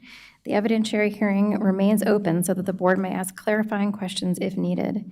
As a reminder, this board is tasked with deciding if, based on competent material, substantial evidence presented at the hearing before this board, this proposal meets the applicable standards. If the applicant meets their burden of producing competent material and substantial evidence that the standards in the ordinance will be met, the burden shifts to other parties, opposing the application to show by competent material or substantial evidence that the standards in the ordinance will not be met. There isn't any conflicting evidence. If the applicant does not meet their burden of producing competent material and substantial evidence that the standards in the ordinance will be met, the board must deny the application. The application as originally submitted was considered by the planning board, and the planning board made a recommendation. Nothing that occurred at the planning board level, including the planning board's recommendation, is considered evidence that you can base your decision on. However, the planning board's recommendation may be useful to the board in identifying issues that this board may want to consider and evaluate based upon the evidence that was presented at the hearing before this board. You may now begin deliberation. Brad, somewhere in this process, I've heard getting off of Holbrooks in 2034, 2035, and 1 year after a DEQ permit. Are there a couple dates moving around there? 2034, I think, is the solid date to the absolute latest time. Okay. The difference is in when an access becomes available. In the previous rezoning and special use permit, it was 1 year from the availability, period, notwithstanding expansion permit or anything. So what's being proposed in this application is 1 year from the DEQ permit being approved. So if the DEQ permit is not approved for 4 or 5 years and the access is available, they don't have to make the connection until the actual permit is approved. Okay, so hypothetically, I asked the question earlier, you got 2 piles, you remediate tomorrow, DEQ comes in the following day and says, yep, you've got a permit to put in your impermeable barrier, then you guys have 1 year to get off of Holbrooks? The access still has to be there, has to be available. So in this specific situation, we're assuming that the development to the south is going to build and have that stub there. Okay. So the current law under the rezoning is as soon as that stub gets there, no permit, as soon as the stub gets there, existing operation, within 1 year they get to it. Okay, so nothing. Proposal is the stub still gets there, but they don't have to switch to it until the permit is issued. That's what the current proposal is. Say that one more time. So the road that, for the new development there, goes in, they have access, under current, they have 1 year, or? Current requirements, as soon as the stub gets there, they have 1 year. Okay. Period. The end of story. You got 1 year, make the connection. Okay. Proposed note, the stub gets there, they don't have to connect to it until 1 year from the date of the permit from DEQ. And why would we do that if we want to get them off of Holbrooks? That's staff's recommendation. Okay. To keep it the way it is. Okay, that's where I'm trying to figure out. Okay, so. Yeah, I can speak to that. Actually, we had a conversation with Brad and Brian yesterday, and I agreed that we would modify it to the recommendation, and that as soon as there's available way to get off Holbrooks Road, we'll do that within the year. And we did have discussion about how quick things get permitted with the county and all that made us worry because it has to be a culvert and stuff over a creek. But we agreed that we would work closely to communicate that. But, and I apologize, I guess when we had our discussion yesterday, there was no way to alter that till tonight. But we had agreed verbally to them that we would alter it to their recommendation. And I guess the point of clarity would be, as soon as we have the availability to get off the road, we'll do that within a year regardless of this DEQ permit. So the scenario could be the DEQ permit never happens. We'd still have to get off the road. Okay, thank you, I'm good with it. Any other points for clarification? No? All right, is there a motion regarding this request? I make a motion to approve the special use permit, SUP 25-01, for the Greenway Waste Landfill expansion. The town board finds that the request meets all the required criteria for granting the special use permit as outlined in Articles 9.23 and 11.4.10 of the zoning ordinance. The decision is supported by the following findings of fact. Number one, Article 9.23.1, the site will operate in compliance with the rules according to the NCDENR for C&D and LCID landfills as amended. Specifically, the site will be required to obtain a solid waste permit from NCDEQ in order to expand. Number two, Article 9.23.2, the plan addresses each of the environmental and developmental standards in Article 9.23.2A F, specifically in consideration of 9.23.2A. The site is over 10 acres in size. The previous rezoning for the site requires that Holbrooks Road cease being used as a primary access to the landfill by 2034, or within 1 year of an alternative route becoming available. A commercial rezoning was recently approved by the town that creates a potential new driveway connection from Commerce Station Drive. Based on the evidence presented, the continued use of Holbrooks Road until 2034 would not likely cause any injurious effect on the property adjacent to the access. In consideration of 9.23.2B, the proposed or existing use will be in compliance with the rules and regulations as established by the Traffic Impact Analysis TIA Article 14. In consideration of 9.232C, the applicant has requested modifications to the zoning ordinance in R 25-09 to satisfy this criteria, and a corresponding condition of this approval is that the rezoning request and all modifications be approved. In consideration of 9.232D, the existing driveway access to the facility is paved for a distance of at least 100 feet from the public street. In consideration of 9.232E, the applicant has requested a modification to the zoning ordinance in R 25-09 to satisfy the criteria, and a corresponding condition of this approval is that the rezoning request and all modifications be approved. In consideration of 9.232F, The submitted site plan shows that the driveway width satisfies the element. Number 3, Article 9.23.3, the landfill operator currently is and shall be responsible for removal of any and all debris, dirt, or other materials which fall from trucks entering or leaving the landfill from all adjoining streets on at least a weekly basis. This finding is met through the commitment letter to staff dated 9/10/2025 and the evidence submitted. Number 4, Article 9.23.4, use of the site for any purpose shall be limited to the hours of 7 a.m. until 6 p.m. Monday through Saturday.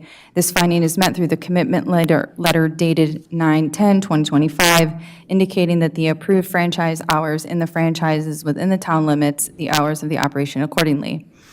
Number 5, Article 9.23.5, the applicant has submitted a letter on 9/10/25 detailing the life expectancy of the landfill.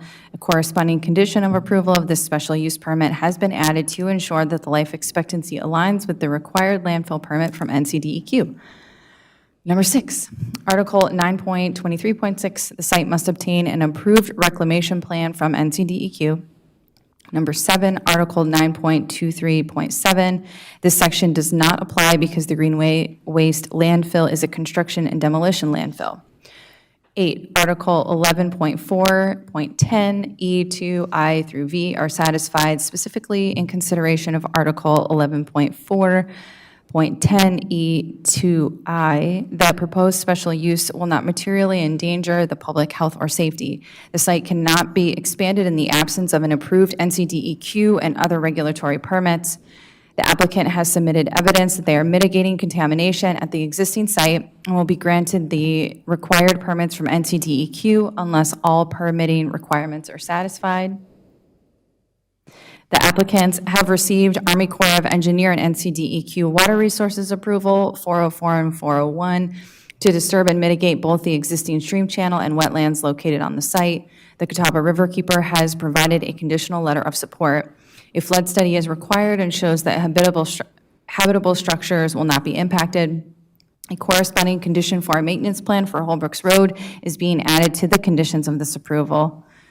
We're getting there. In consideration of Article 11.410E2II, a real estate appraisal study was submitted, which concluded that the use will not substantially injure the value of adjacent or abutting properties. The submitted flood study shows no buildings will be impacted by the stream relocation. In consideration of Article 11.410E2II, the proposed expansion is an infill expansion and does not take up additional land outside of the current boundaries. The landfill is consistent with the employment center from the 2040 community plan. In consideration of Article 11.410, the proposed special use will comply with all of the lot, size, yard, and other standards which this ordinance applies to all uses permitted in the zoning district in which the property is located, with the requested rezoning modifications that are a condition of this approval. In consideration of Article 11.410, this requirement will be satisfied upon approval of the rezoning petition 25-09 and the requested modifications, which are a condition of this approval. The approval is based on the following conditions. Rezoning petition 25-09 is approved with the requested modifications. All necessary permits are approved and obtained by all regulating entities prior to landfill expansion. No later than 2034, all landfill traffic will be routed off Holbrooks Road to the new proposed landfill entrance, and the Holbrooks Road entrance shall be closed and gated as stated in the applicant's 9/10/2025 letter submitted with its special use permit application. The newly proposed entrance is constructed in accordance with the width depicted on the site plan or a larger width. The projected life expectancy of the landfill must match the landfill permit issued by NCDEQ. The site must obtain an approved reclamation plan from NCDEQ, and once approved, that plan must be submitted to the town. The applicant must work with the town and NCDOT to establish a maintenance program that will adequately preserve the condition of Holbrooks Road with an alternative access can be utilized. The previous rezoning note for the site that requires that Holbrooks Road cease being used as a primary access to the landfill by 2034 or within 1 year of the alternative route becoming available shall remain on the plan. An updated franchise agreement must be obtained for the landfill from the town of Huntersville, And lastly, all commitments listed in the letters of commitment, the special use permit plan, and special use permit application are conditions to approval. Just one point of clarification, Mayor Pro Tem Hunt, regarding Article 9.23.7, on the specific requirement section. I believe that was supposed to state, this section does not apply because the Greenway Waste Landfill is not a construction and demolition landfill. That's what you meant, correct? Correct. Thank you. And is there a second?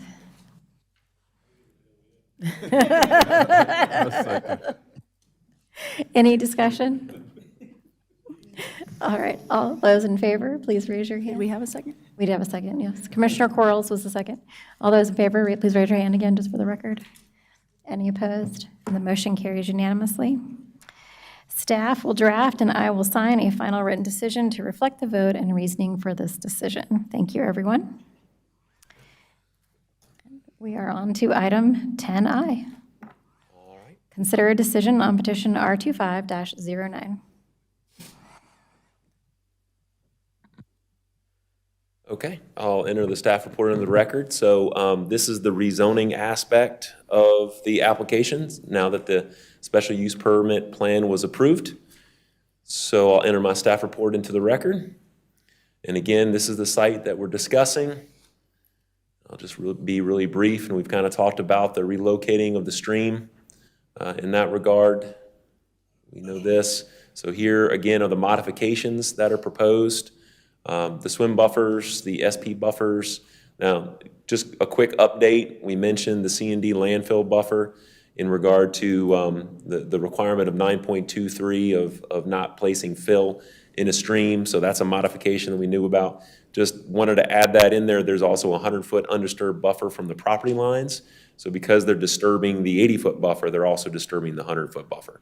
So just adding that in to make sure that's understood. But again, with the appropriate treatment, staff recommends approval of those modifications, including the landfill fencing enclosure.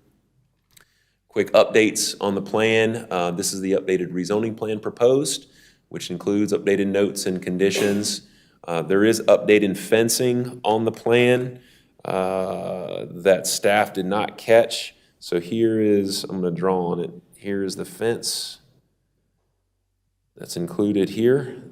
Goes in this general vicinity. So with that, they'll have the entrances. Wow, did not mean to do that.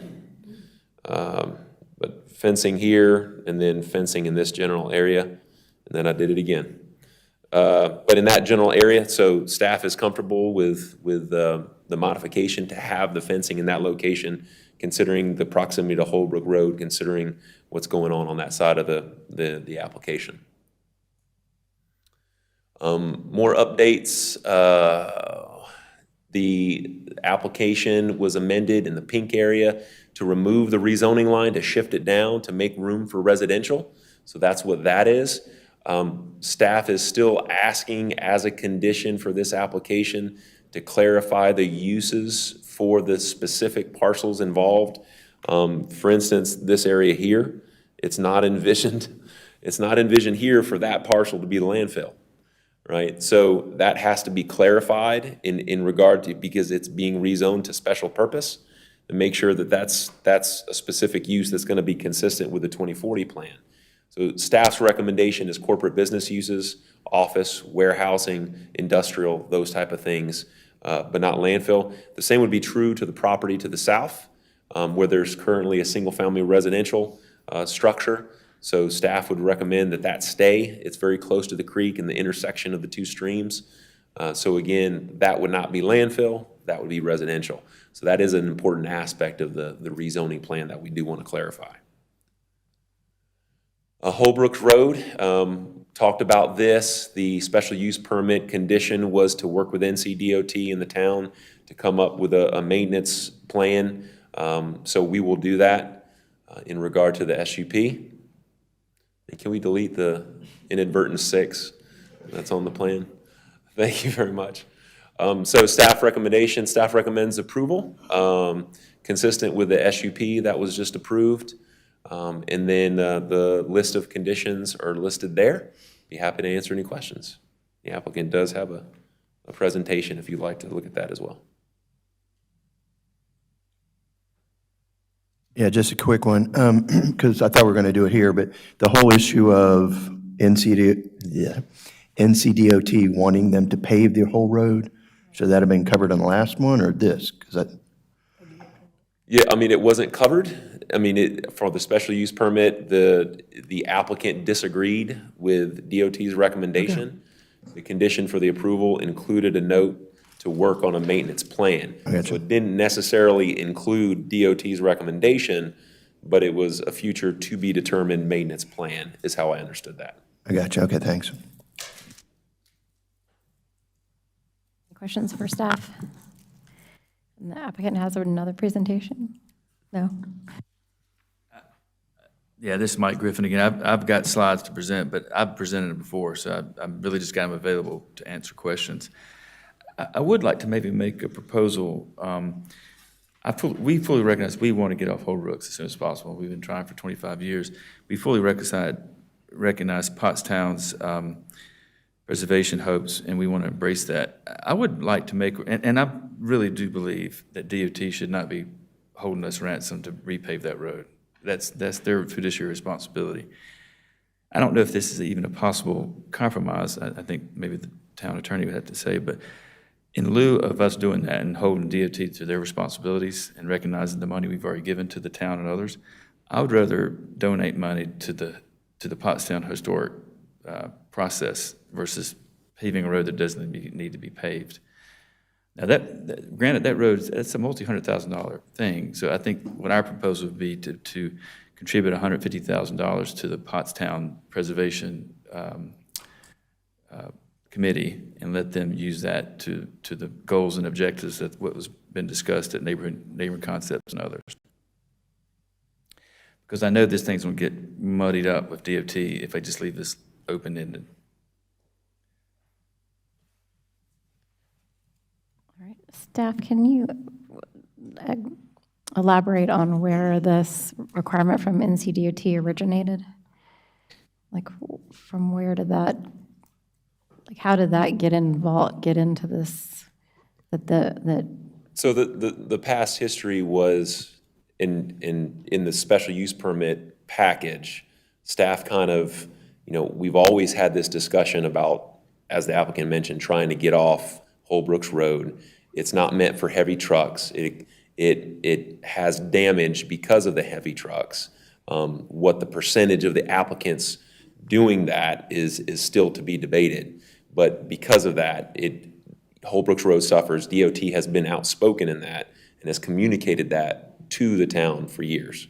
So at the last rezoning, at the last special use permit approval, that was a condition of the same question. The question came up, what are we doing for the maintenance? What are we doing about this? Is it going to harm the public to continue using this road? And DOT again chimed in and said it doesn't have the structure. It needs, thicker subbase. It needs to be improved.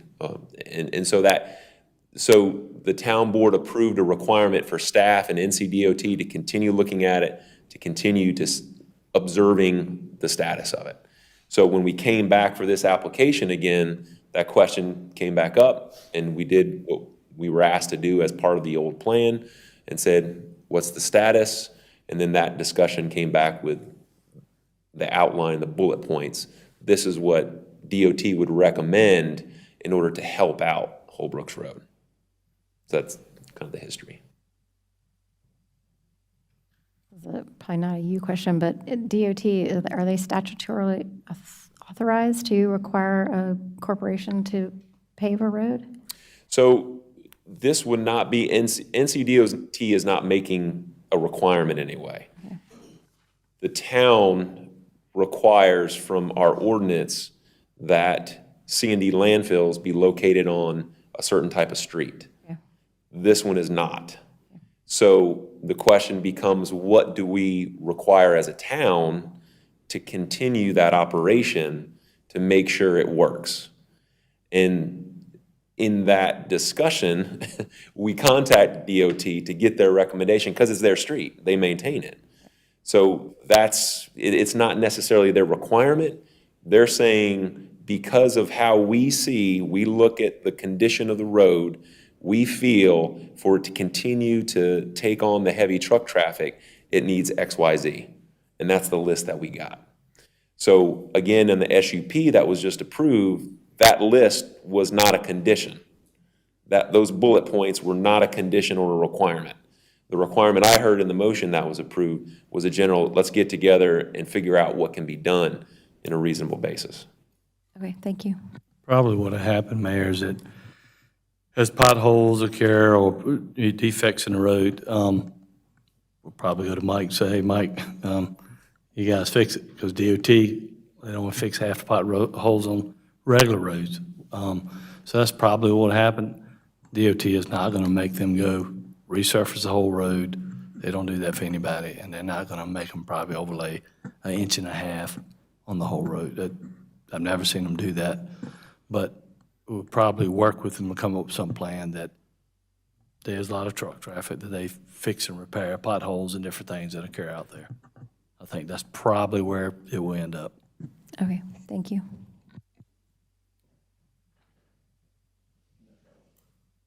So I'm sorry, Brad, you were talking about clarifying the land uses for some of those. Is that, you want that part of this motion, or what are you looking for?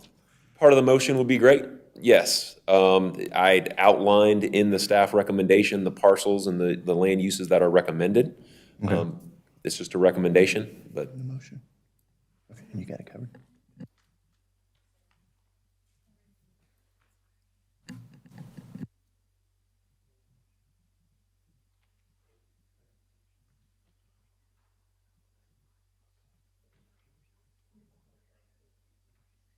Okay.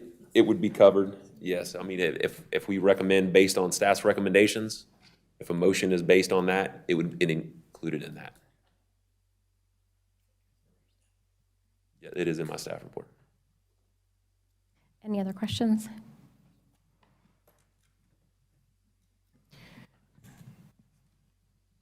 So in regards to the pledge, Attorney Sloop, you were kind of shaking your head in regards to that.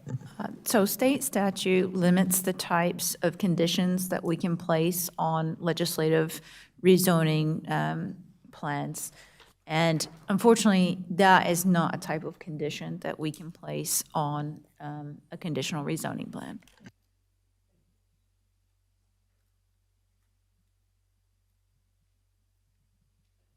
Any other questions? All right, do we have a motion? I make a motion to approve R25-09 Greenway Waste Expansion with the following modifications as described in pages 4 to 5 of the staff report. 1, disruption of the swim buffer with stream relocation. 2, disruption of the 80-foot buffer. 3, fill in designated wetlands. 4, modification of fencing requirements in Article 9.232E. 5, modification of Article 9.232A. The approval is also conditioned on the following conditions. All necessary permits must be obtained and approved from all regulating entities with jurisdiction over the project. All conditions recommended by staff in Part 5 of the staff report be added as conditions to the plan. With the approved modifications and the required conditions of approval, the application is consistent with policies LU 1.1, EOS 1, and EOS 5 of the Huntersville 2040 Community Plan.